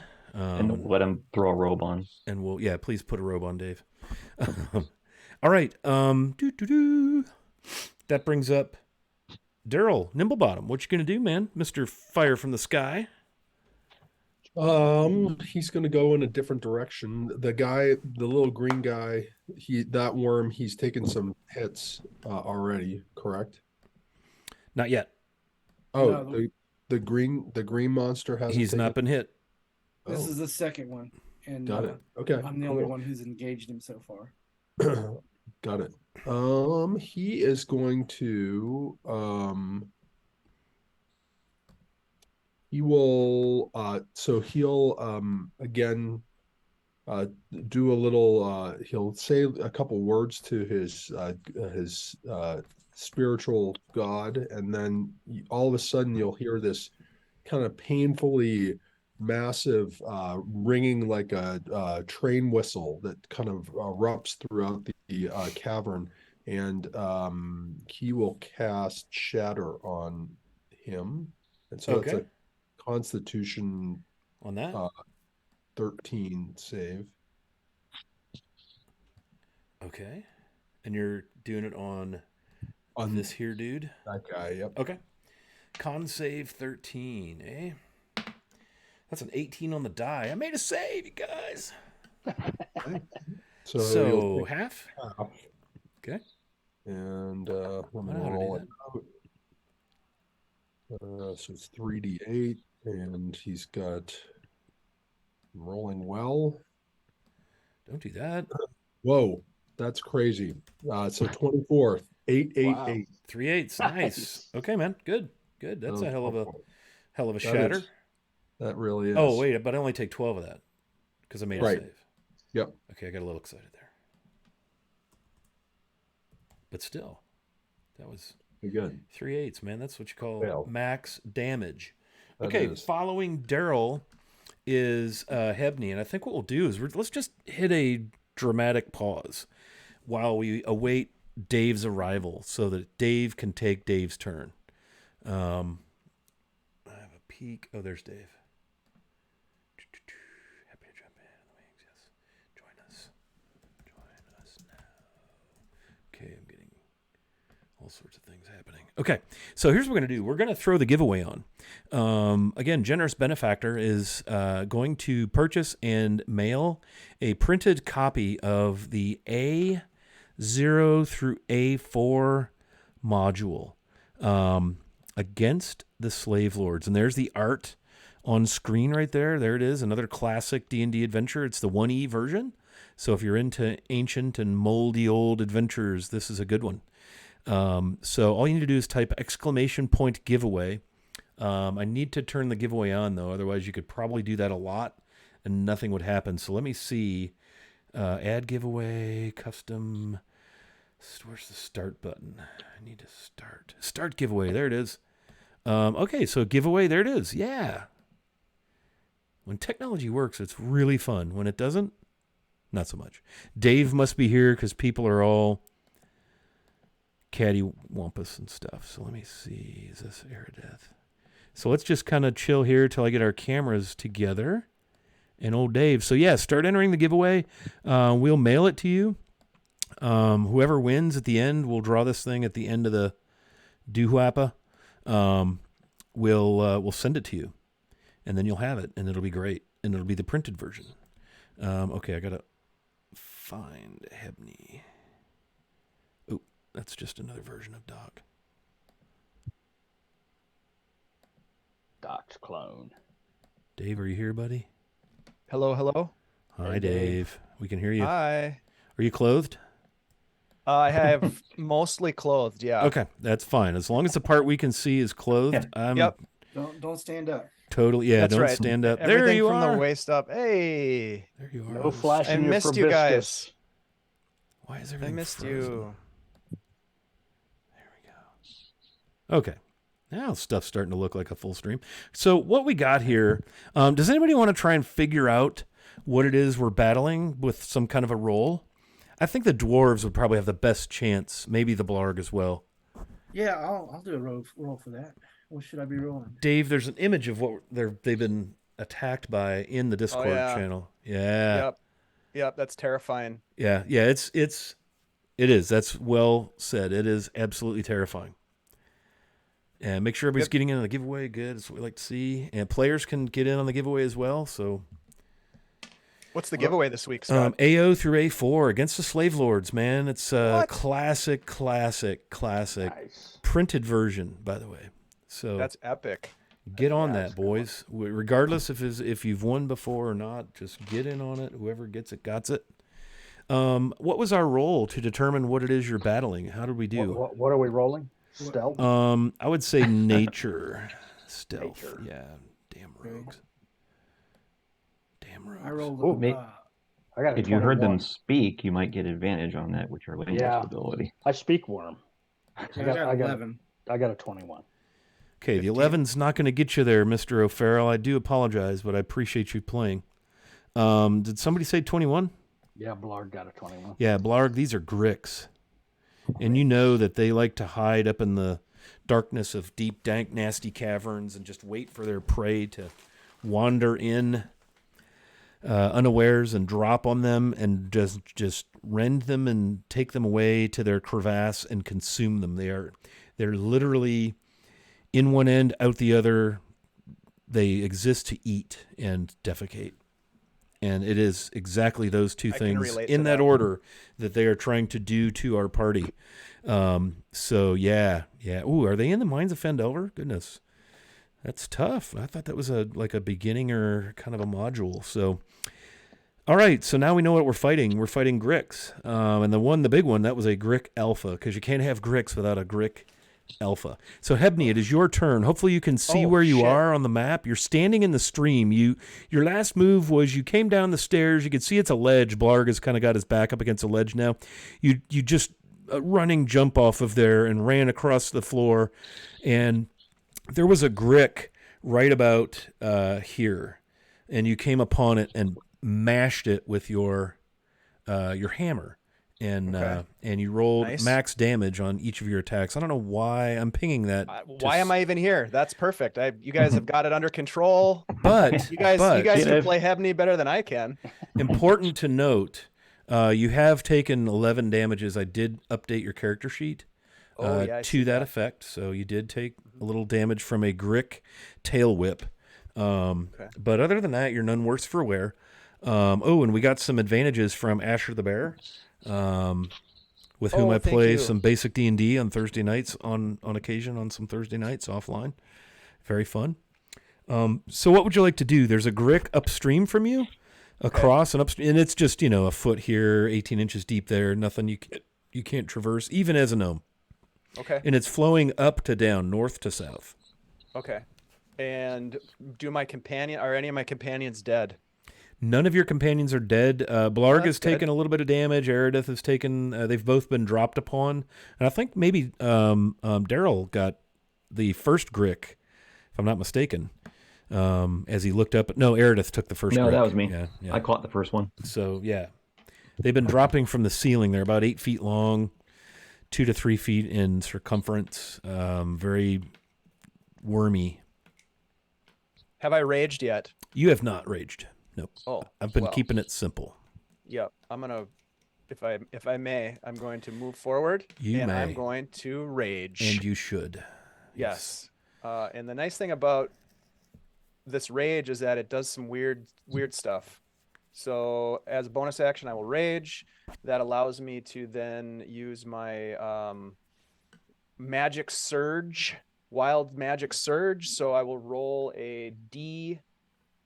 Is it a D8? Yes, it is. It's a D8 to find out what Roll happens. it, baby. Yep. What did I get? Roll. I got a 2. I teleport 30 feet to an unoccupied space that I can see until my rage ends. I can use this effect again on each of my turns. That's nice. Little misty step. Super handy. So just to mess with this thing, I'm going to race up, blah, blah, blah, blah, and then I'm going to teleport just around behind him here, and get him from behind, type of deal. I'm going to swing my my warhammer. See what happens here. Dirty 20 Nice. for a total of 13 warhammery damage. And then I think I have two attacks per round now because we leveled up a while ago. So I'm going to swing again. You do have 2 17 to hit. attacks. I don't know if a 17 hits. It does. Yep. So the second one will be, that's not so great, but that's 7 more magic-y warhammery damage. Okay, what was the first damage? 7 plus what? 7 plus 13. 20. 20 Okay. total. Yeah, so this dude's in pretty rough shape. He's still up, or whatever a worm looks like when it's alive. It's got these nasty tentacles with these claws on the end of them, and then this really rough beak. It looks like the beak of an octopus, kind of a but bigger. Yeah, it's gnarly. It's gnarly. Okay, is that the end of your turn? That's everything. All right, it is its turn in the initiative order, and it is going to attempt to grab you with its tentacles, and if it is successful, it may then attack you with its beak. And I will be rolling with advantage now that you're back. Okay. Shit. That's a 3 and a 9. Well, that's not impressive. How about a 13? Misses. Okay, and so it can only attack with its beak if the tentacles hit, because the tentacles like hook you and pull you in. But it was unsuccessful. Next up, let me do some Roll20 quick work here. As you're all fighting, you start to hear this odd but familiar sound in the air as just when you thought it was safe to enter the water, some of these dudes show up. These are more sturges. Wow. Let me see how far they move. Oh, they fly 40 feet. That's delicious. 10, 15, 20. I wonder if I could fill my decanter of endless water with like Raid or something. Yeah. That would be great. Hooray! Alchemist fire works pretty well. Yeah.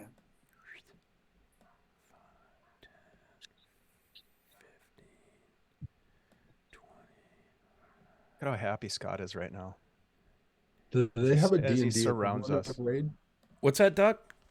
Is there a D&D equivalent of Raid? I guess poison. I guess. Yeah. Okay, so the Sturges have entered the battle. There's 6 of them. And we'll just go left to right. 1, 2, 3, 4, 5, 6. We'll start with this guy, number 1. Hopefully you're seeing me ping it. Yep. Are you seeing them on the map? Because I'm not seeing them on the map. I see we him. see him. We see him. Do you? But they're not showing up on the one map that I care. The map that's on stream. Maybe they're not really here. I see him. Does the stream? The stream does. There they go. Okay, what is happening? My God. Dave, you've missed an horrific technology display today. Oh, no. It's been a nightmare for Oh, the DM. shoot. If you notice, we don't have dynamic lighting on anymore. I'm gonna write dynamic lighting on something really breakable and smash the piss out of it after the game is over today. It just and I'm doesn't work. alone with my thoughts. I'm done with it because it was Roll it 20 was it cannot crashed. figure it out. It crashed Streamlabs and it was glitching me. So, Sturge number 1 is on our dear friend Blarg over here. So, can you guys see me pinging that dude? Still can't see me pinging, but that's I saw it when you originally did it. Yeah, this guy right Don't here. forget my cloak of displacement. Oh, I wouldn't dream of, except I'm going to roll with advantage. Oh, You know, Scott, sometimes what I've noticed, if you have 2 different instances of Roll20 open, you have to click back to the other instance for it to update on stream. Yeah, It's that's really what I'm weird. finding. Yeah, There that's you what go. I'm finding. Okay, 9 and 5 is 14. Does that hit? it does not. Why not? Well, I don't know. Well, that's unfortunate. Okay. Next Sturge is going to go. That would be this one right here on my friend Baldwin O'Farrell. And I'm going to roll with advantage on that one too. Because Yeah, I'm that spiteful. I'm gonna defend with advantage. 12 and 5 is 17. Yep, that's a hit. Okay. So you feel the proboscis, the pointy part, stab in between your arm or into your shoulder. You take 7 piercing damage, and it attaches to you. Uh-oh. Odd. So it is stuck in your shoulder, which is really cool. This dude, same. 9 plus 5 is 14. Does that hit you? No. Okay, that's a miss. This dude right here is going to attack Mr. Shadarkai. 17 plus 5 is 22. You might be muted. Was that with my cloak? Never You mind. don't have Okay. the cloak. I don't have a cloak. Yes, that's a hit. 7, and it is attached to you. 7 piercing. Ew. Gross. This one is going to attack the Grick, Oh yeah. and it hits it. Good thing they're not smart. 7, man, I keep rolling max damage. So Mr. Grick is really looking rough, and he's got a Sturge attached to him. And then this last guy is going to attempt to attack the angry, cranky gnome guy. Oops. Threw my dice upon the floor. That's an 8 and 5 is 13, and I know that's a miss from looking at your character sheet. So you are spared the horror that is a Sturge attack. And that is the turn of the Sturges. Let us... Scott, Yes. while we're doing that, can Daryl take his reaction against? Oh, the yeah. one You have that thing that you do that's really cool. I mean, Yeah. it's really cool So- for you. Sentinel attack. Yeah, it's So the- against this Sturge right there, that guy. So he'll take his Warhammer, and that is a 28. that barely hits. Okay. And that is total of 17 bludgeoning Whoa. Damn. Against a Sturge? against the Sturge. As a Using reaction. a hammer? You killed all 6. Yeah. Actually, so no, that because actually that's D&D beyond actual damage. So it's actually I got an 8 plus I rolled an 8 plus 5. Yeah, I it's hope that's Aerith, you feel the Sturge's barbed snout ripped out of you as it is flung against the wall and almost liquefied. I imagine it's more of a, I just see them coming in, all of a sudden one I get in the shoulder from behind, and I see Daryl come in with a big hammer, and I'm like, Nice. Okay. That was and I Sturge open my number eyes, and 4. I'm not bludgeoned. So You're no longer pierced. Nice. Nice move there, Daryl. And now we're back to the top, and now it'll be Sir Blargenstein's turn. So Blarg is going to use the advantage that Asher gave him. All Thank you, right. Asher. And I'm going to attack that one. Okay. Uh, You could feel it milking, drinking your goblin-y delicious blood. It actually didn't hit me, so I don't think I can. do Oh, that. crap. Never mind then. I can, Baldwin, I can, you're feeling that, though. can imagine it, though. Yes.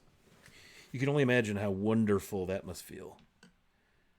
So I got a 22, thanks to the advantage. 22 barely hits. All right, so he's going to take. this one's wearing plate mail. Yeah, He that's takes. right. He takes 9 piercing, 9 piercing. Well, that's and then he.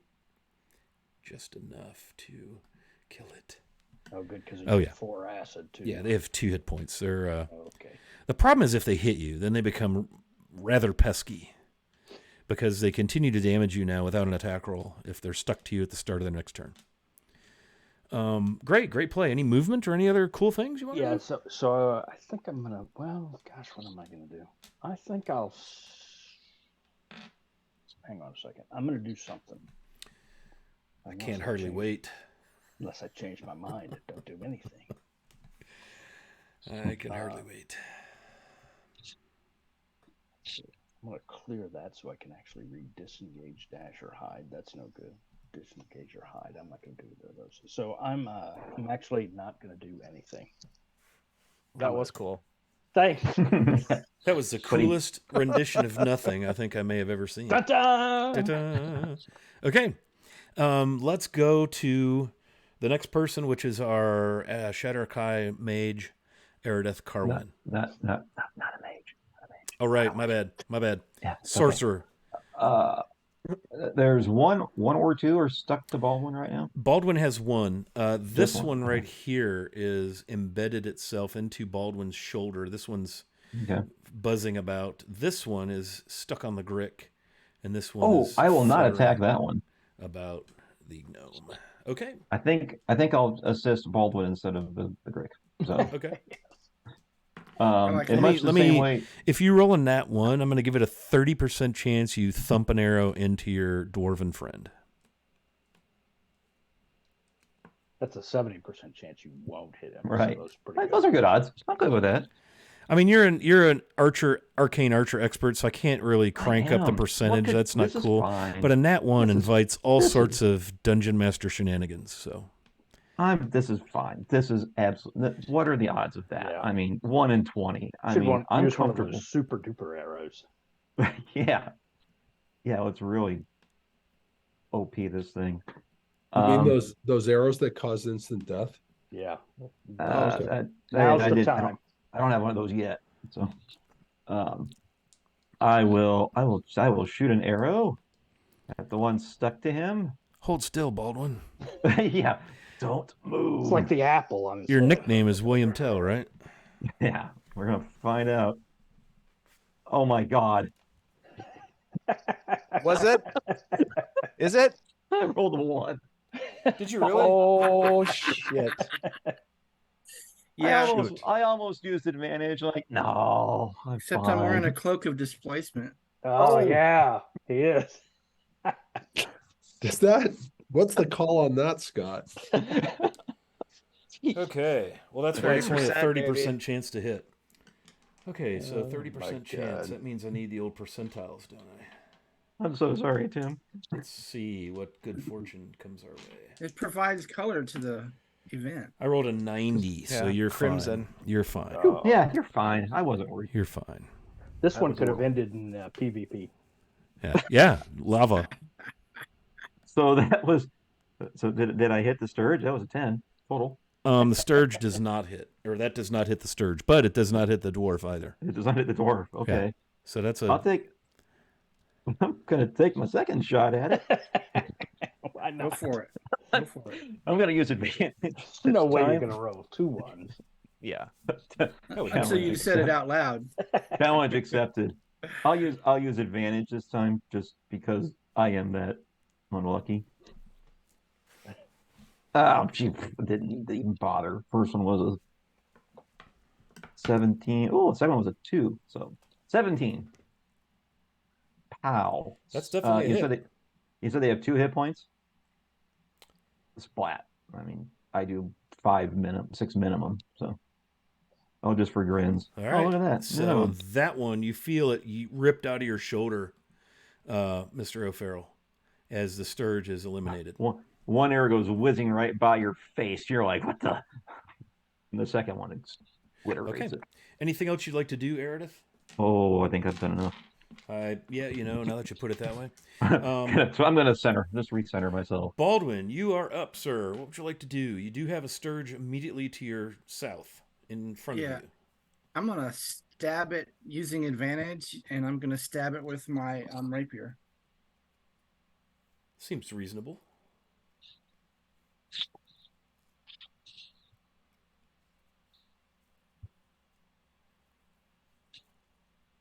I rolled a 14 and a 13.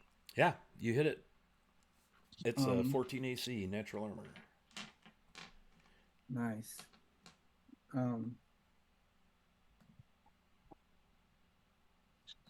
Do 7 points of damage. Yeah, so you pound it out of the sky with your rapier, and it's actually impaled on your rapier, just kind of flopping and twitching until it ceases to move. Anything else you'd like to do on your turn, sir?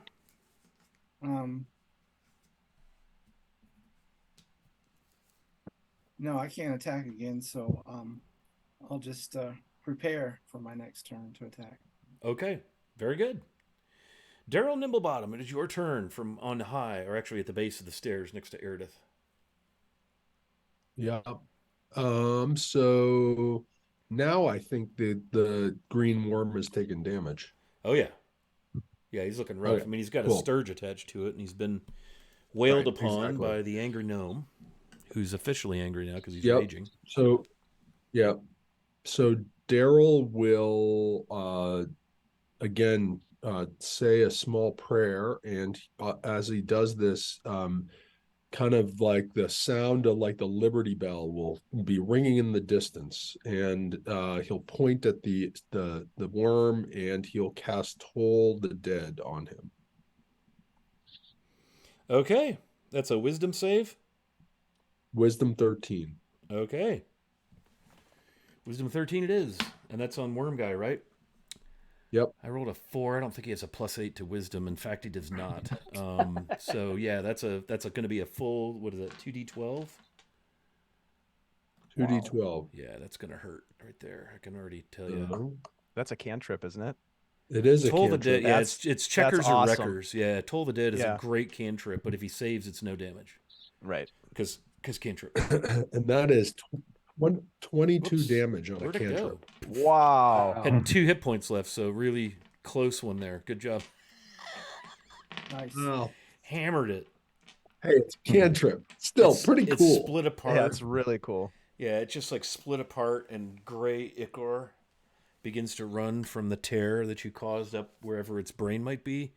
Yeah, it's down. It's gone. It's dead. It's deceased. Anything else you'd like to do in your turn, good dwarf? That's it. All right. Hebney, Cragbeam, you have a Sturge on your left side right by the stream, and then you have a Sturge kind of front right, little southwest of you. What would you like I to will do? I will swing at the one to my side here on the right with my warhammer. All right, do it. AC 14? I mean, I think a 28 will hit. Barely. Yeah. Yep. 11 damage to that one. Yeah, that is Sturge paste right there. Okay. And then he spins around and does hopefully the same thing to this other guy. Sure. We'll see what happens. He's going to take a second attack. Oh, 11. A +2 is not even going to save you. Oh, Okay. I think Blarg just died. Clark died. I That's was not good. messing with my. Touching the X, are we? Don't touch the X. Yeah. Okay, yeah, so that's a No miss, good. even with a +2, so don't use a +2. All right. So misses on that, and then just because I have it, he's going to use his wild magic rage to teleport to right here to get sort of in between the Sturge and his companions. Okay. Nice. And that's my So turn. you see the gnome vanish, and in an instant reappear beside you, Baldwin, and right in front of you, Eridith. And Hi, guys. the Sturge, confused, is going to spin around, and I'll do odds, Hebney, evens, Eridith. That's an odd, so it's going to take an attack at Hebney.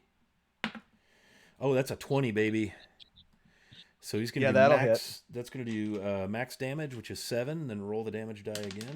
Plus 4 is 11. 11, and it's attached to you. He critted you. You got critted by a Sturge, dude. Blarg, What? it is your turn. How is that possible? Yeah, you just got critted by a Sturge. Well, What was the total damage, Scott? 11 piercing. And you can feel him just And- draining your blood. 11 piercing, and I think I take half that, don't I? Because I'm raging.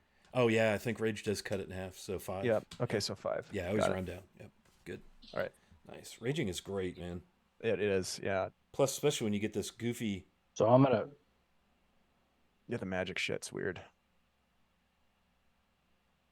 Ouch. So this thing's attached to me? Yes. Okay. Get it off! So I'm gonna run up beside him, and I'm gonna say, "All right, hold still." And I'm gonna stab it with my sword, but I'm gonna use advantage. And my wife's gonna close the door. Smart. With advantage. You're gonna close the door with advantage. Wife always has advantage. Yes, that's exactly right. All right, so I rolled that's no good. So I rolled a 20, a dirty 20. That's a definite hit, sir. All right, it dies. Probably going to be the case, but it's full of Hebney blood. Well, it took 4 piercing. I'll keep rolling if you That's like. enough. No, they only have 2 hit points. Yeah. Thanks, Blarg. I mean, some creatures I'll Yeah. beef hit points for you guys because you're above the levels of the module. And I've been stocking this with things that don't belong in the module, that aren't in the module. But you can't make a 17 hit point Sturge. I mean, it just it's only so much stretchability you can do with things. So yeah, that Sturge is gone. All grows quiet, save for the peaceful clatter and babble and rush of water. Hebney, you happen to know from firsthand experience that water is effing cold as it rushes from north to south down the stony watercourse across the cavern.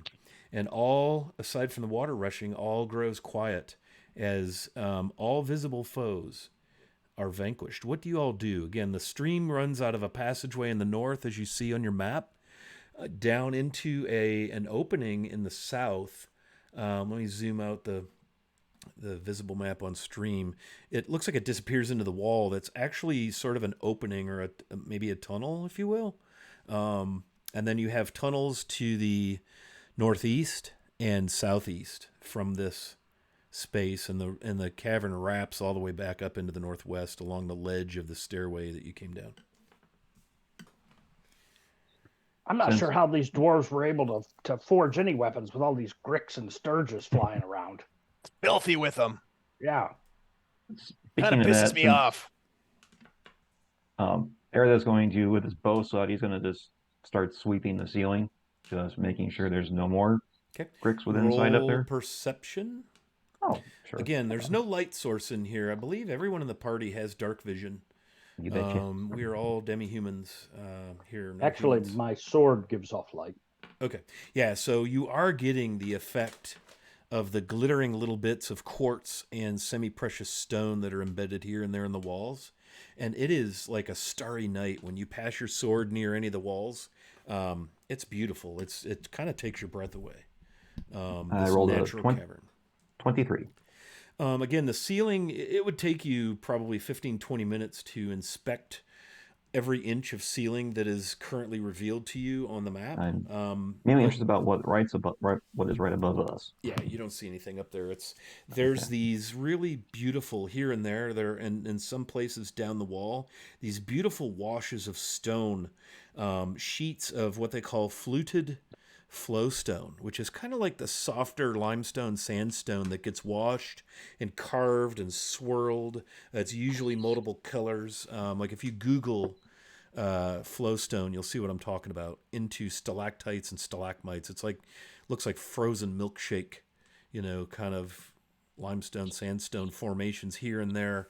The rest of it is this hard, the granite of the mountain itself with these little flecks and bits of sparkling semi-precious stone embedded here and there. It's really breathtaking. Scott, does everyone in our party have a shield? I don't know. A shield? Yeah. No. Nope. You tell me. I don't know. a shield. I don't keep track of such things. No, Daryl. No No shield shield. here. Okay. Yeah, I don't. Baldwin doesn't carry a shield. Okay. I was thinking if there's a way that we could ride the river. Oh, yeah. Yeah, it goes into kind of like an opening or a tunnel in the wall. Let me give you kind of an idea. It's like a low stone overhang. It is, the stream itself is anywhere from 3 to 5 feet wide. And it looks like a navigable. You'd have to stoop. I mean, we've got, everybody in this party is not exceedingly tall with the exception of the elf. So the shorter among us could probably get through there by stooping. The elf, you'd probably have to crawl through the water. So that's what you see there. And again, you see like bits of rock and outcropping. It's a rocky stream. I'm going to have Baldwin roll history with advantage. This place, as a dwarf, you and Daryl both, you're kind of blown away at the beauty of this location. And you feel like this should be a known place to you because it is so extraordinarily beautiful as you settle in here, now that you're not being distracted by sturges and gricks and things, and you're able to kind of take in the sound and the vibe in here. Had a dirty 20. Yeah, this if you are in from what you've studied about and what you know about Kundrukar, if this in fact is the ancient dwarven stronghold, you're confident that this would be the level known to legend as the Glitterhame. One word, Hame, Glitterhame. Yeah, I will impart that opinion to the group. Wow, that's fascinating. Is that where the forge is?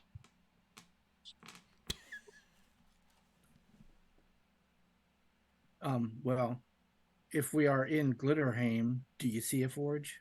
Well, no, but if since you know so much about it, is it on the Glitterhame level? I don't know, Scott. Do I know that? What's that? Do I know if the forge is on the same level with the Glitterhame level? You wouldn't really know that. There's no known maps or no known detail of the specific contents and location of things here. Right. But if you would guess that if this is Kundrukar, this is probably the Glitterhame, just this stone formation with the beautiful quartz deposits and the beautiful flowstone. It's really breathtaking. Thanks for that follow, Zank, XANC_. Thank you for that follow. That's a +2 for the group. Yay. Thank so, you. All right. But it is a very, very much a dwarfy place, if that's a thing. I mean, if I were a dwarf, I'd put the forge in this area because of all the glittering stuff. It's relaxing, first of all. And second of all, it probably helps with the sparks. I don't know if that's true. Yeah, it wouldn't help with the sparks. Help me out here, Daryl. Your knowledge Daryl- of working foundries is less than astounding. And not so good. Have you ever seen a goblin-made weapon? Yeah, they're not good. Not good. No. Daryl just again doesn't even say words. He just looks at the goblin and just is like, really? This is what we're dealing with here. I mean, if your name isn't Blarg in the Goblin Society, you probably become a forge guy, a blacksmith or something, or a what do you call them? Yeah, like a forge guy. I don't think that's right either. Are you really a goblin? Well, yeah. Insight check. Hebney will be checking out the river flowing into that to the south, Scott, and he'll kind of turn back to Daryl. So let me get this straight, Daryl. You're suggesting that we ride the flow into a dark, unknown passage where we have no idea where it could deposit us, and if we would even be able to come back up given the velocity of the flowing water. Is that what you're saying? Daryl turns to Hebney and goes, There's space between the surface of the water and the roof of the little tunnel that it's carved out. Like you could crawl through there and your head wouldn't be underwater. But it's snug, even for the shorter among you. And Daryl points out that he thinks that even though Blarg, he's questioning his sanity, that that he makes a good point with regards to that water and the forge go together. Yeah. So that maybe that this river is going to lead us directly to where the heart of the forge is. Okay. Well, there's also that passage off to the east that might loop back Yeah, around. and there's we got passages to the east, both north and south, that we could also go. So not so do we saying split up? No. Why don't one of you each take a passageway? Because No. you could go up that tunnel the Sturgis came down. Some of the Sturgis came down the stairway. Some of them came out the tunnel that's due north where the stream is, and then some of them came. Well, no, that's the two directions they came in. Sorry. I mean, if we take that passage up towards the northeast, maybe it tracks the river. I like that plan. Well, the river's coming right down out of the north. And it's colder than hell. Oh, it's flowing north and south?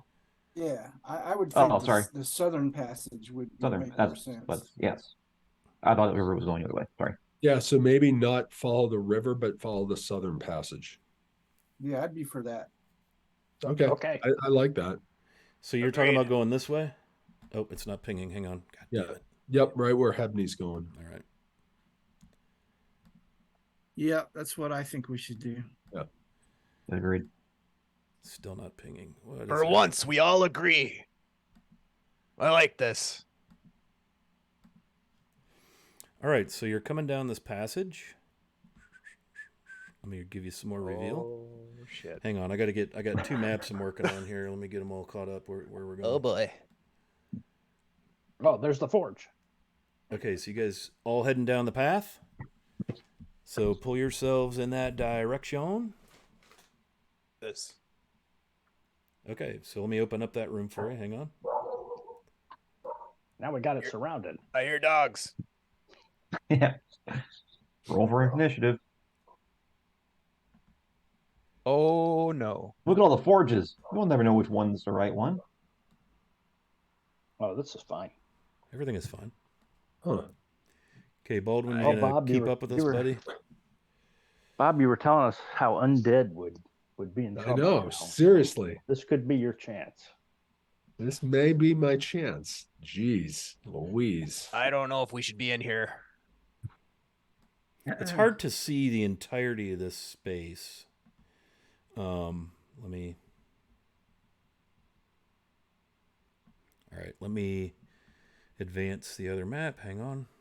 See, this is what was nice about having dynamic lighting, is it would reveal itself. And I wouldn't have to fuss about moving 2 maps. Okay, so you've entered... Which one have you entered? 23. Where is it? 23. Good old 23.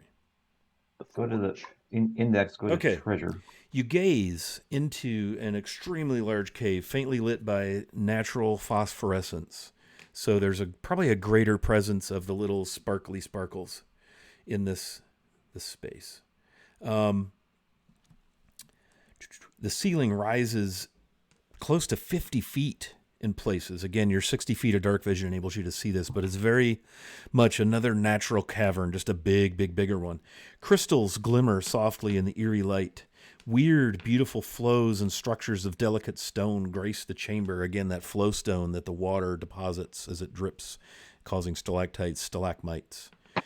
The western portion of the great cave is separated from the rest by a very steep bluff, and you can see the edge of it, right, on the kind of the right side of the visible area that you're looking at. Here at this end, the ceiling's maybe 25 feet, so the bluff is probably 25 feet above the level below. The level below is full of rocks and fungus and bramble and just stuff, right? Just debris. Very hard to make out really what's all down there. It's just kind of a mess. Very hard to see. What does draw your attention, however, is a couple dozen large stone sepulchres line the cavern walls, each carved with intricate reliefs and designs marked with dwarvish runes. So this is what looks to be a huge, maybe a burial chamber of some sort. At the south end, as I reveal that, you can see that there's a kind of an alcove down there. I'll move it for the stream to see. And there's a set of stairs that goes down and to the southeast. Just get that all on stream. Behind here. I don't want to be seen on camera. I'm trying to get this on stream for you all.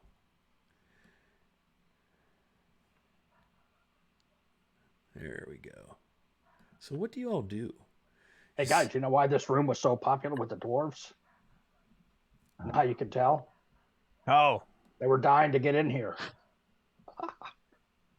I don't know if you should joke about dead dwarves, No. Blarg. Just Okay. you gotta read the room, pal. Well, they could be goblins. We don't know that for sure. Goblin That's dad true. joke. Goblin dad joke. Trying to reveal some more of the expanse beyond the bluff. As you can see, as your eyes get accustomed to the dimness, more is revealed. It's a very, very large space. All of this area beyond the bluff, beyond the stairwell down, is all rubble. Looks like maybe there are a couple of paths winding their way through debris, rubble, some looks like maybe petrified wood, fungus, just very tough to make out what all's down there. But what you have here are these sepulchers. Scott, Daryl is going to look around and he's going to see what is there, and he is going to cast detect magic and good kind of thing. go from basically circle the room. Okay. So you cast detect magic. Any of you want to give Doc a visual as to what he sees based on what might be magically visible upon your person? Well, Hebney's cloak. Hebney has bracers on that glow, and his warhammer, all of which are glowing with magical energy. And so Blarg has a cloak that glows with magic. So does his sword in his hand. And the slippers upon his feet also glow with magic. His toes sticking through them, however, do not glow with magic.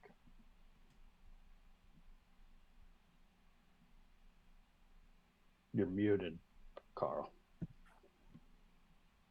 Sorry, dogs keep barking. Herod's bow glows brightly, and his sword that he carries within its scabbard, you can tell it's glowing inside there. It's glowing too.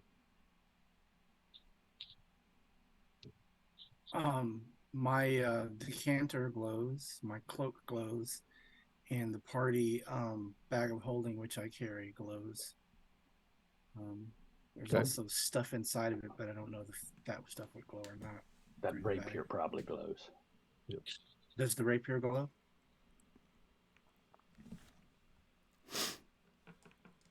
And then Daryl's hammer and his staff of healing glows.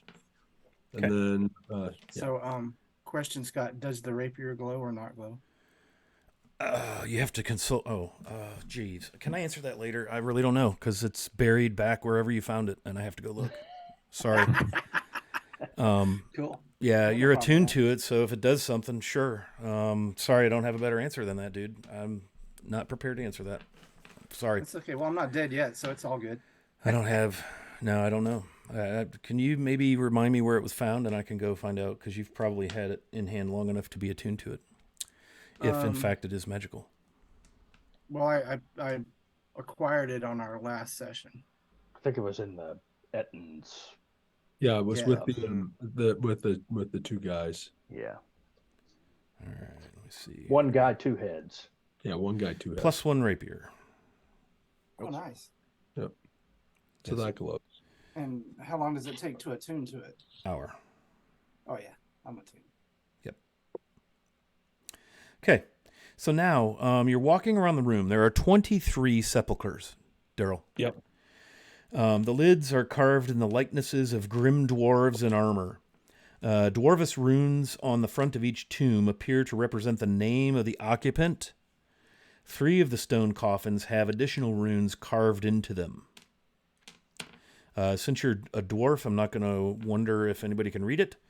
The additional runes record the occupant's date of death and the great deeds the dwarf performed in life. Also, carved into these 3 particular coffins is a warning that doom awaits any who dare defile the honorable dead. The names of the dwarves on these 3 sepulchers with the extra information I just shared with you are those of Borgal the Old, Garen Orc Doom, and Numic the Unlucky.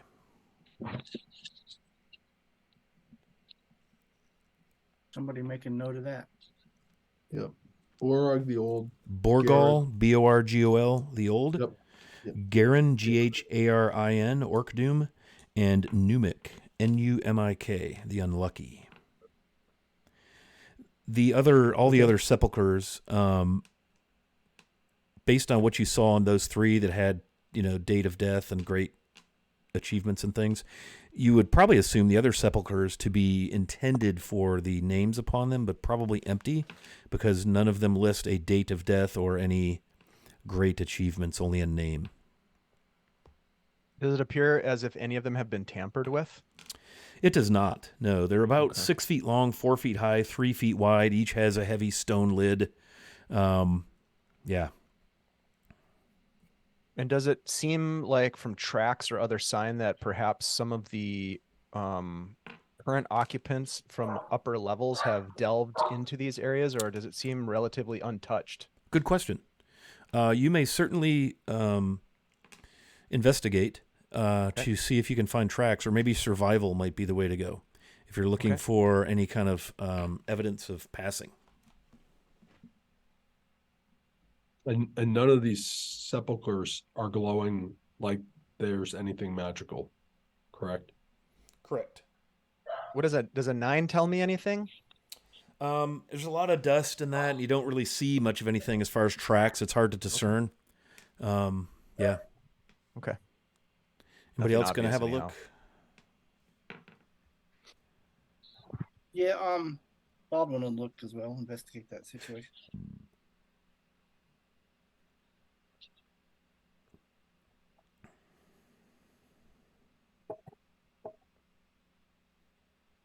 I rolled a 12 on investigation.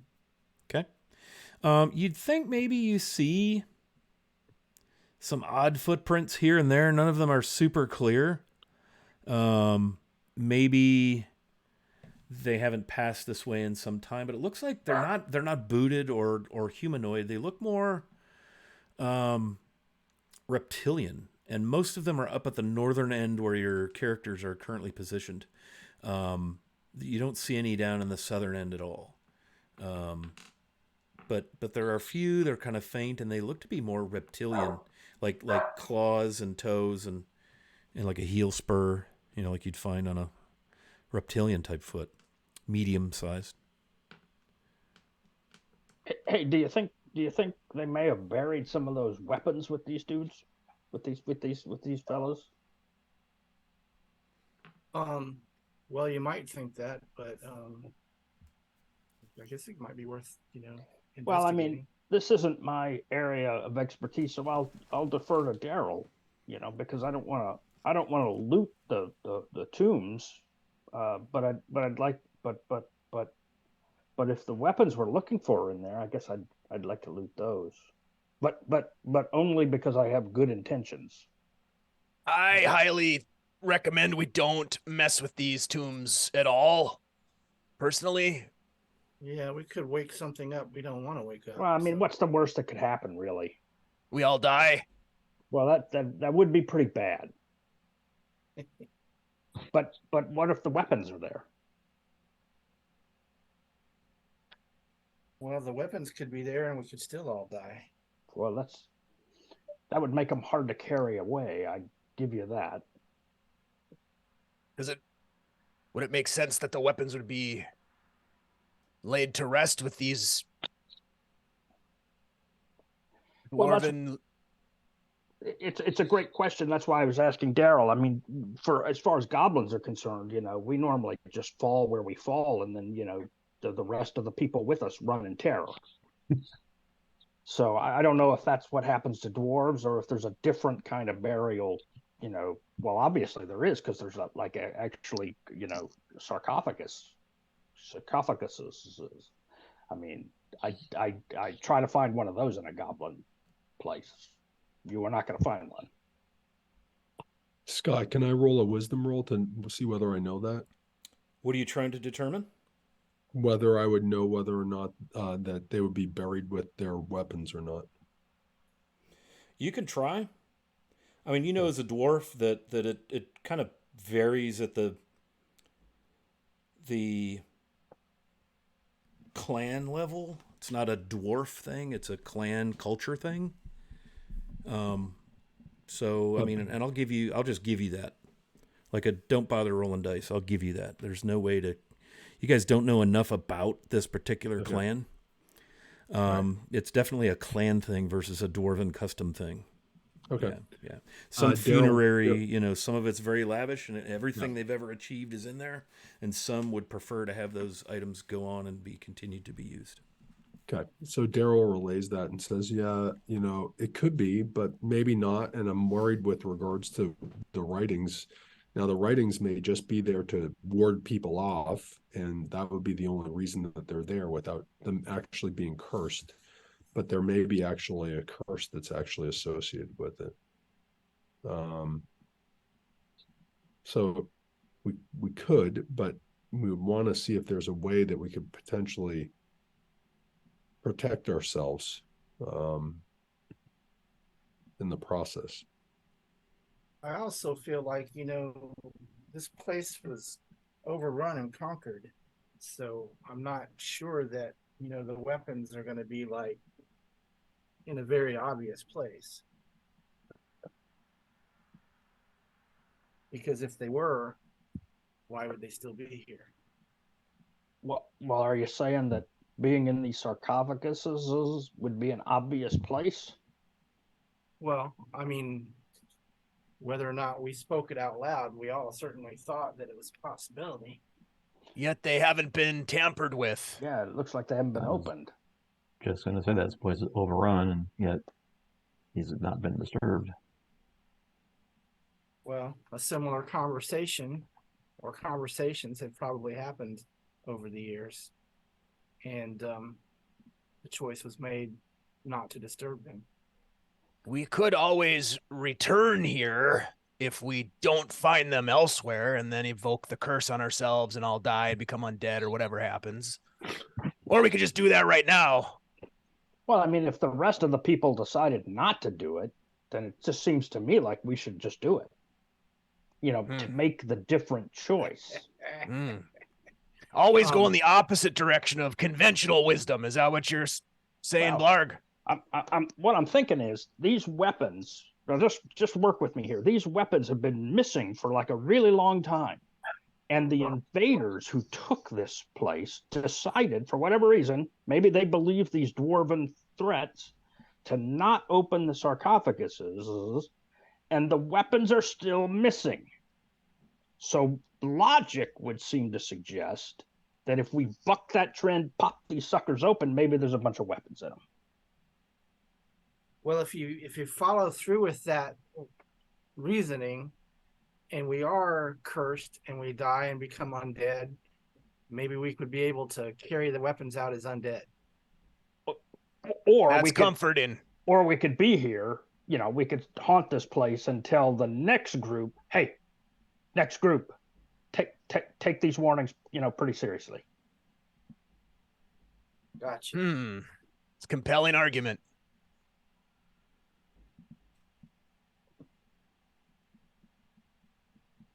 While they're debating that, Aaron's going to go over to the edge of that bluff and just look down to make sure there's nothing down there. It might be getting ready to come up here and attack us. I thought you were going to pop one of the sarcophaguses.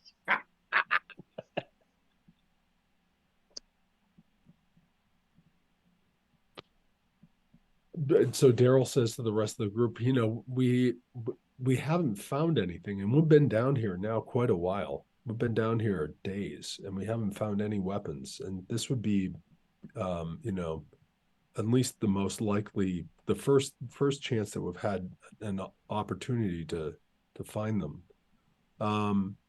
This is what I would suggest. And so, how about we open all the others first to see if there's anything else in any of the others, because there's no curse on the others, and see if there's anything. You never know. There might be something in the others. And then we can make a decision about the ones that have the writing. Wow. So Daryl, do you have any sort of protection magic versus, undead type creatures and curses and whatnot? Yeah, not honestly, to tell you the truth. He kind of goes to his his scripture, and there's nothing that's going to help protect us from this. If there's a curse, that I have the power to be able to do at this point. I was just going to say, I mean, I'm okay with that, but I was going to suggest that we do, the least amount of disturbing as possible, because perhaps the dead dwarves would appreciate that, and put that in our plus column, so to speak. Well, following on that logic, then you've got these three elite dwarves interred, and one of them was quite unlucky. It sounds like the other one maybe died of old age, and then you've got the one who is the Orc Doom. the orc doom. That sounds pretty compelling. Well, none of us are orcs, So we we're should be there. okay. Well, it seems like it. I mean, if it said Goblin Doom, I'd have some, I'd be I hate to kinda say this, concerned about it. fellas, but I think Blarg has convinced me to do something that is against my own self-interest. Good job, Blarg. Oh, you're welcome. That's why I'm here. So I wonder, and this is me also doing exactly what you just said, going against, my better judgment. But maybe it's safer if these are open to buy dwarves. I fully agree. Yeah, totally. That's the Yep. smartest thing anyone here said. That's a great idea. Baldwin looks at, Daryl looks at Baldwin and he goes, "Go for it, buddy." Well, I mean, if the plan is to actually do this, then we need to do it. And you know what? I'll go for it. Right. Again, before we invite whatever might happen there, did I see anything when I was taking a visual sweep down the bluff? I mean, dude, it's wasteland down there. It's not. Okay, well, it's rock. there and were faint twisted wizard-like tracks. There's not like a horde of Lizards. what were those things the from Land of lizard the tracks. Lost? The lizard tracks were at the north end of the cavern. Oh, north end. Okay, Yeah. so there's nothing down there looking up at us going. I mean, not that well, you can just see, like- but that doesn't mean Okay. there isn't. I mean, it's Right. dude, All it's right. it's rock and debris Okay. and dark Okay. and yeah. Yeah. All right, just making sure. Then where were the three that are? the It doesn't markings? matter. Pick any three. Okay. It's not significant. Yeah. Oh, Hey, before you pop the first sarcophagus, maybe you and I should Baldwin. Maybe you and I should check them for traps. Let's do that. Let's team up on that. Yeah. And then Wizard, you're gonna back us up, right? You're gonna prepare to zap whatever might jump out of there. Get ready. I'm gonna stand back over here. Get ready for the real powerful spells. Okay, Oh. so grasp my bow tightly. all right, so I'll roll investigation at Yeah, I'll assist. I'll help with that. Which of the lids are you going to focus on here? Orc Doom. There's Yeah. Borgal the Old, Garin or Garen Orkdoom, and Numik the Unlucky. Maybe we should start with the old guy because Let's do he's the probably old guy. old and let's do the old guy. Okay, so I rolled a 17 and then I roll a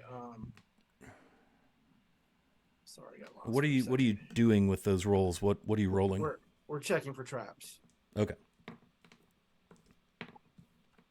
And which one are we checking? The old one? Yeah, the old Borgal the Old? Okay. Yeah, you don't see any traps on there? So, yeah, okay. Yeah. All right. Well, It's now- just a stone, sarcophagus, heavy stone lid. all right. I'm gonna open it. I'll back up when he does that. I'm readying my bow. I am opening the lid.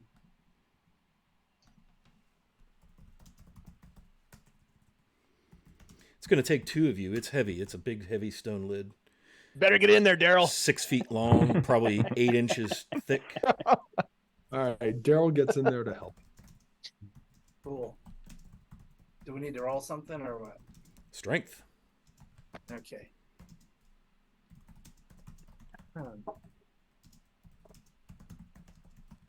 Okay, I roll a 17 and a 16.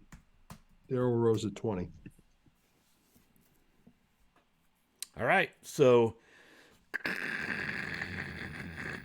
The grating of stone on stone. You slide it back, kind of nudges against the wall and pins, kind of tips up a little bit as its weight begins to, center of gravity gets further to the edge. And you look in there and it's dusty and cobwebby, and there's this smell of death and old mustiness, and it's dry as a bone in there. And sure enough, there lies the skeleton of a deceased dwarf, still remnants of some of the beard, partially braided, a helm, a rusted steel helm upon his head, a rusted hammer, and on one finger there's a gold ring. How long is your detect magic spell good for? Is that 10 minutes? Yep. I'll say it's still up. That's fine. Yep. It is not glowing.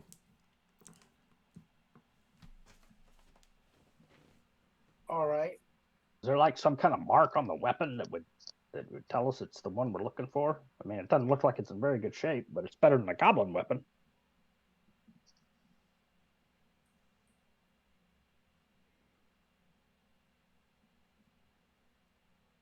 Was that a question?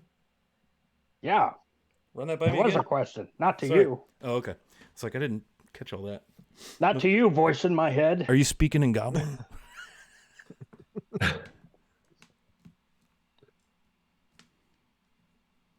There's nothing magical in the No. sarcophagus. Doesn't look like it. So, Daryl grabs the ring and the weapon. Wow. Okay. The weapon is pretty bad shape. It's been rusted through, and you can just tell by picking it up. I mean, you're a dwarf, a well-made weapon. This has just been corroded and rusted through, but you're able to pull the ring off the finger easily. Along with the finger. Nah, just the ring. And upon closer inspection of the ring, it's gold, finely made. It's in the shape of a dragon holding its tail in its mouth. And it's probably going to fetch over 100 gold. 120 to be exact. It's a beautiful ring. Hey, Daryl. I know that the priestly world is sort of your domain. So take what I have to say here, kind of with a grain of salt, I guess, because I don't really know what I'm talking about when it comes to priestly stuff. But maybe just maybe, we shouldn't take the ring. Yeah.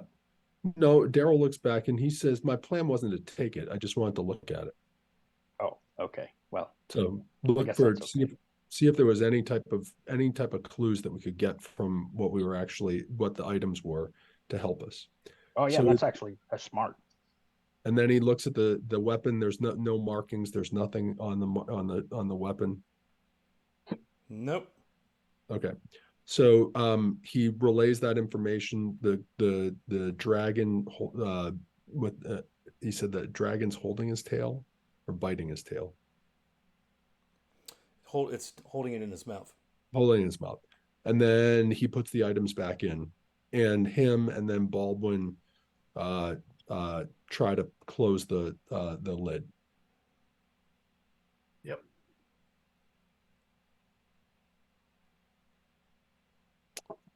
And You then just have to push it back, Yep. Yeah. And then we Daryl swings to Hebney and says, "Do you think we should try the others?"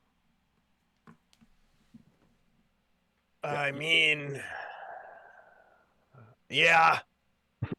Well, we've already started. We might as well. Yeah, let's do the orc guy next. But Yeah, I think Okay. you guys should definitely open another one. But let's check it for traps again, like we did. I think that was smart. And then give me a chance to back away. All right. So I'm checking. And I'm helping.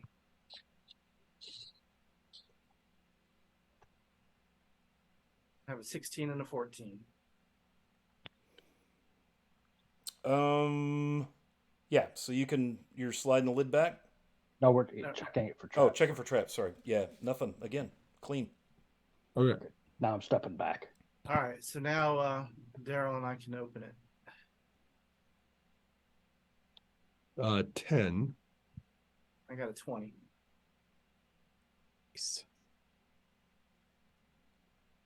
Okay, no problem. You exert your effort once again and slide grading stone on stone. And this is Garen or Numic? This is the Garen. old guy. Yeah. Garen the Old. Oh, Garen Orkdoom. Okay. Yeah. The lid slides back, and again you see the remains, the old bones of an old deceased dwarf long ago gone. But laying across his chest, clenched in his hand, is a beautifully crafted warhammer that appears to have a garnet inset, where, like, in the side of the mallet head. Very fine weapon. Doesn't appear to be touched by corrosion. That's a nice piece. Well, we're gonna have to pull that out of there. Yeah, so Daryl will take the warhammer out. Then says, "I think this is one of the weapons we need to be taking." And he then inspects the rest of the sarcophagus. Anything else that we find? There's nothing else in there. Just the bones of the old dwarf and the hammer. And as you pick up the hammer, perfectly balanced, perfect condition, beautifully forged. Not glowing with the Nope. detect magic.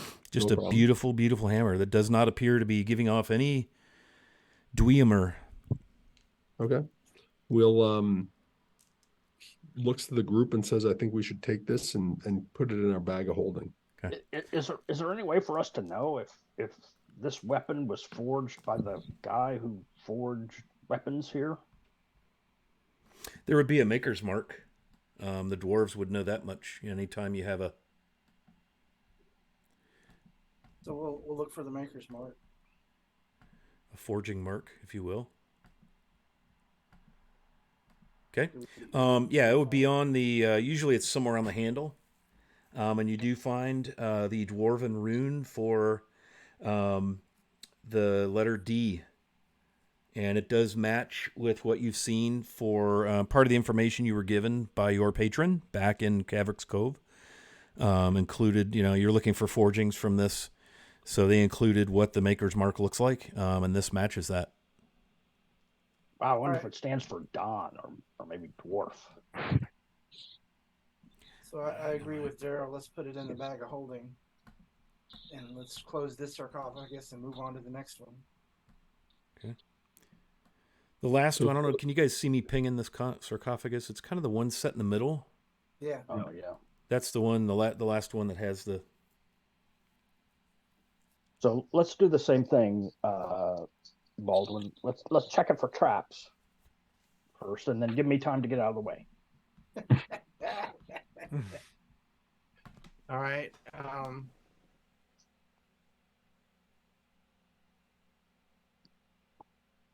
Nice. Roll the 19 as my higher one.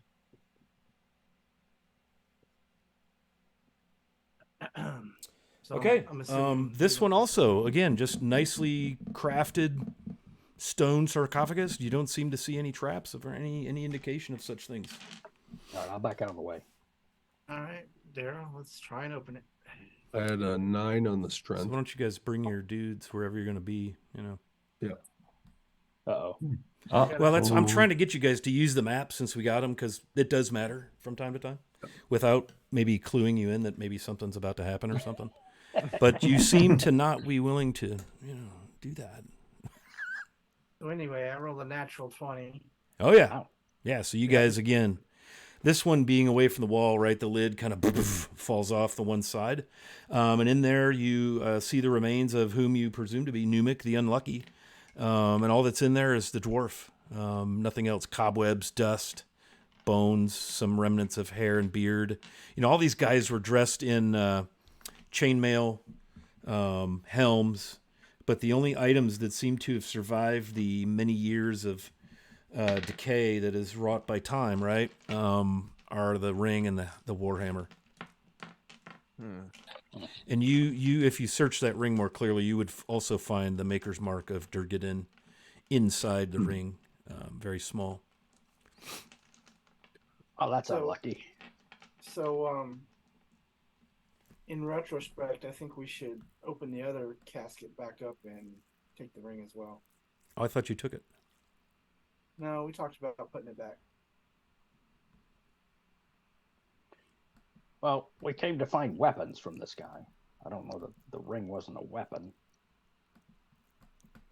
Spoken like a goblin. Well, I will say this. If you wish to do that, we're just going to retcon that you did it. We don't have to go back through all the rolls and all the fussing about Yeah, it. I think we should take the ring as well. What do you guys think? Fine by me. Okay, let's keep the ring. Sorry, let's do that. Okay. Let's keep the Yeah, ring, that's cool. Jot it down. and then we'll push I assumed you had. I apologize. Yep, let's push the push the lid back closed. All right, and we'll put that in the bag of holding as well. Well, now what are we gonna do, boys? Well, so that's all of the sarcophagi of significance, but what about all the rest of these mundane ones? What do we think? Are we still searching these, or are we moving on? What do we want to do? We could be here all day if we search them all. There's dozens. Your sense, again, Baldwin, your sense, because of what was inscribed on these 3 date of death, great achievements, Yeah, and that's missing from all the others, right. you're going to guess that those other sarcophagi are probably empty. So I'll Unless that's what they want us to think.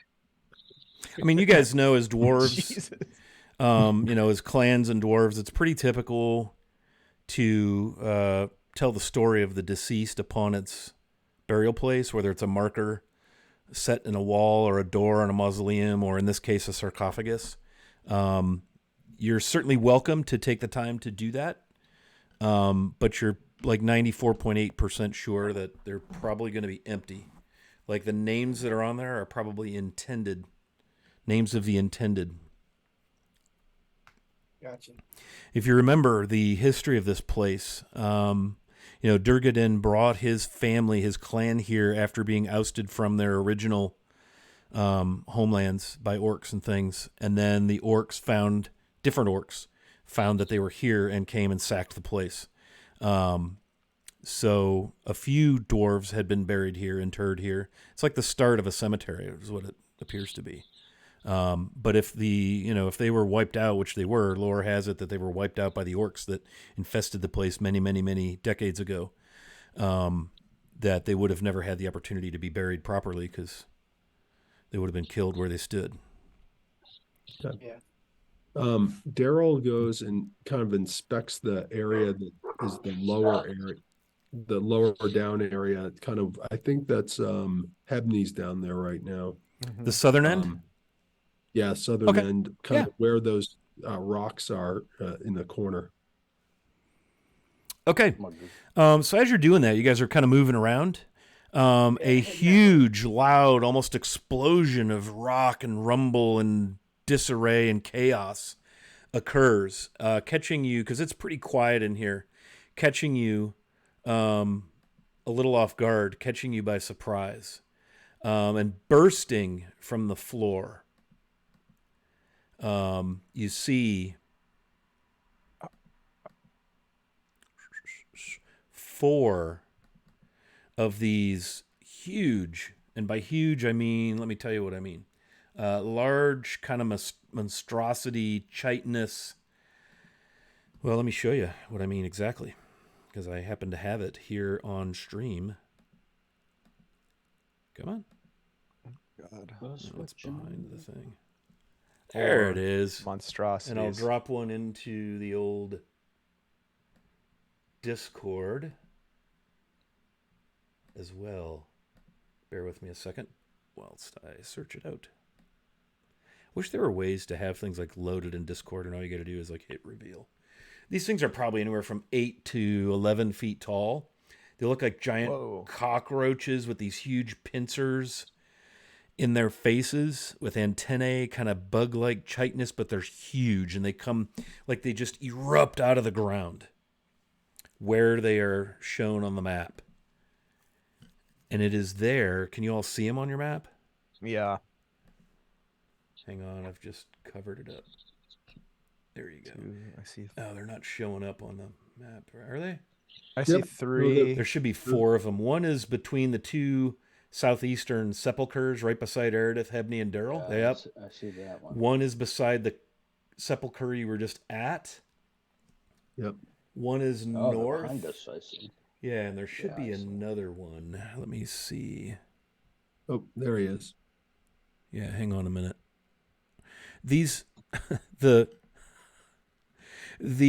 terrain down there is so freaking camouflagey that you can't see the tokens laying in it. And I couldn't see it. Okay, so there it is. So 4 of them now. You see them all have erupted. They just burst forth like they've tunneled up. They've burst forth from the ground. Ruh-roh. And you guys are kind of surrounded, like, Oh my god. well, definitely surrounded. And in there, we're going to hit pause.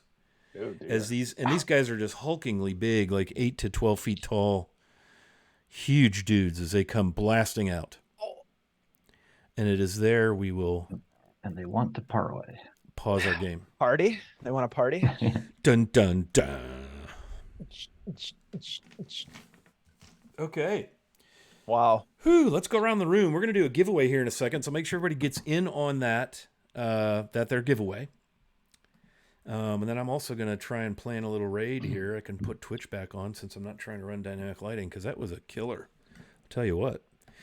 So, Dave, I'm going to throw your little announcement thingy link in the chat. Why don't you tell us a little bit about yourself, my dude? Yeah, thank you so much. Sorry I was late. I was running a game, my once a month in-person game where we play actually around a real table, which is crazy to think of. But I knocked 2 of the PCs down, but nobody was killed by my shadow demon. We're playing the Call into the Netherdeep. My name's Dave. I run games, play games, and produce games over on the Guild Superior.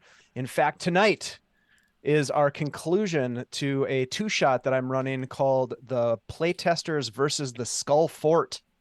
And there's bound to be a TPK. I mean, that's just the way it goes. So come on over tonight, 7 p.m. Central Time for the TPK party on Guild Superior. And Scott, thanks for letting me in to play the second half of this game. I was really glad I was able to make it. So thank you. Man, I'm glad you got back.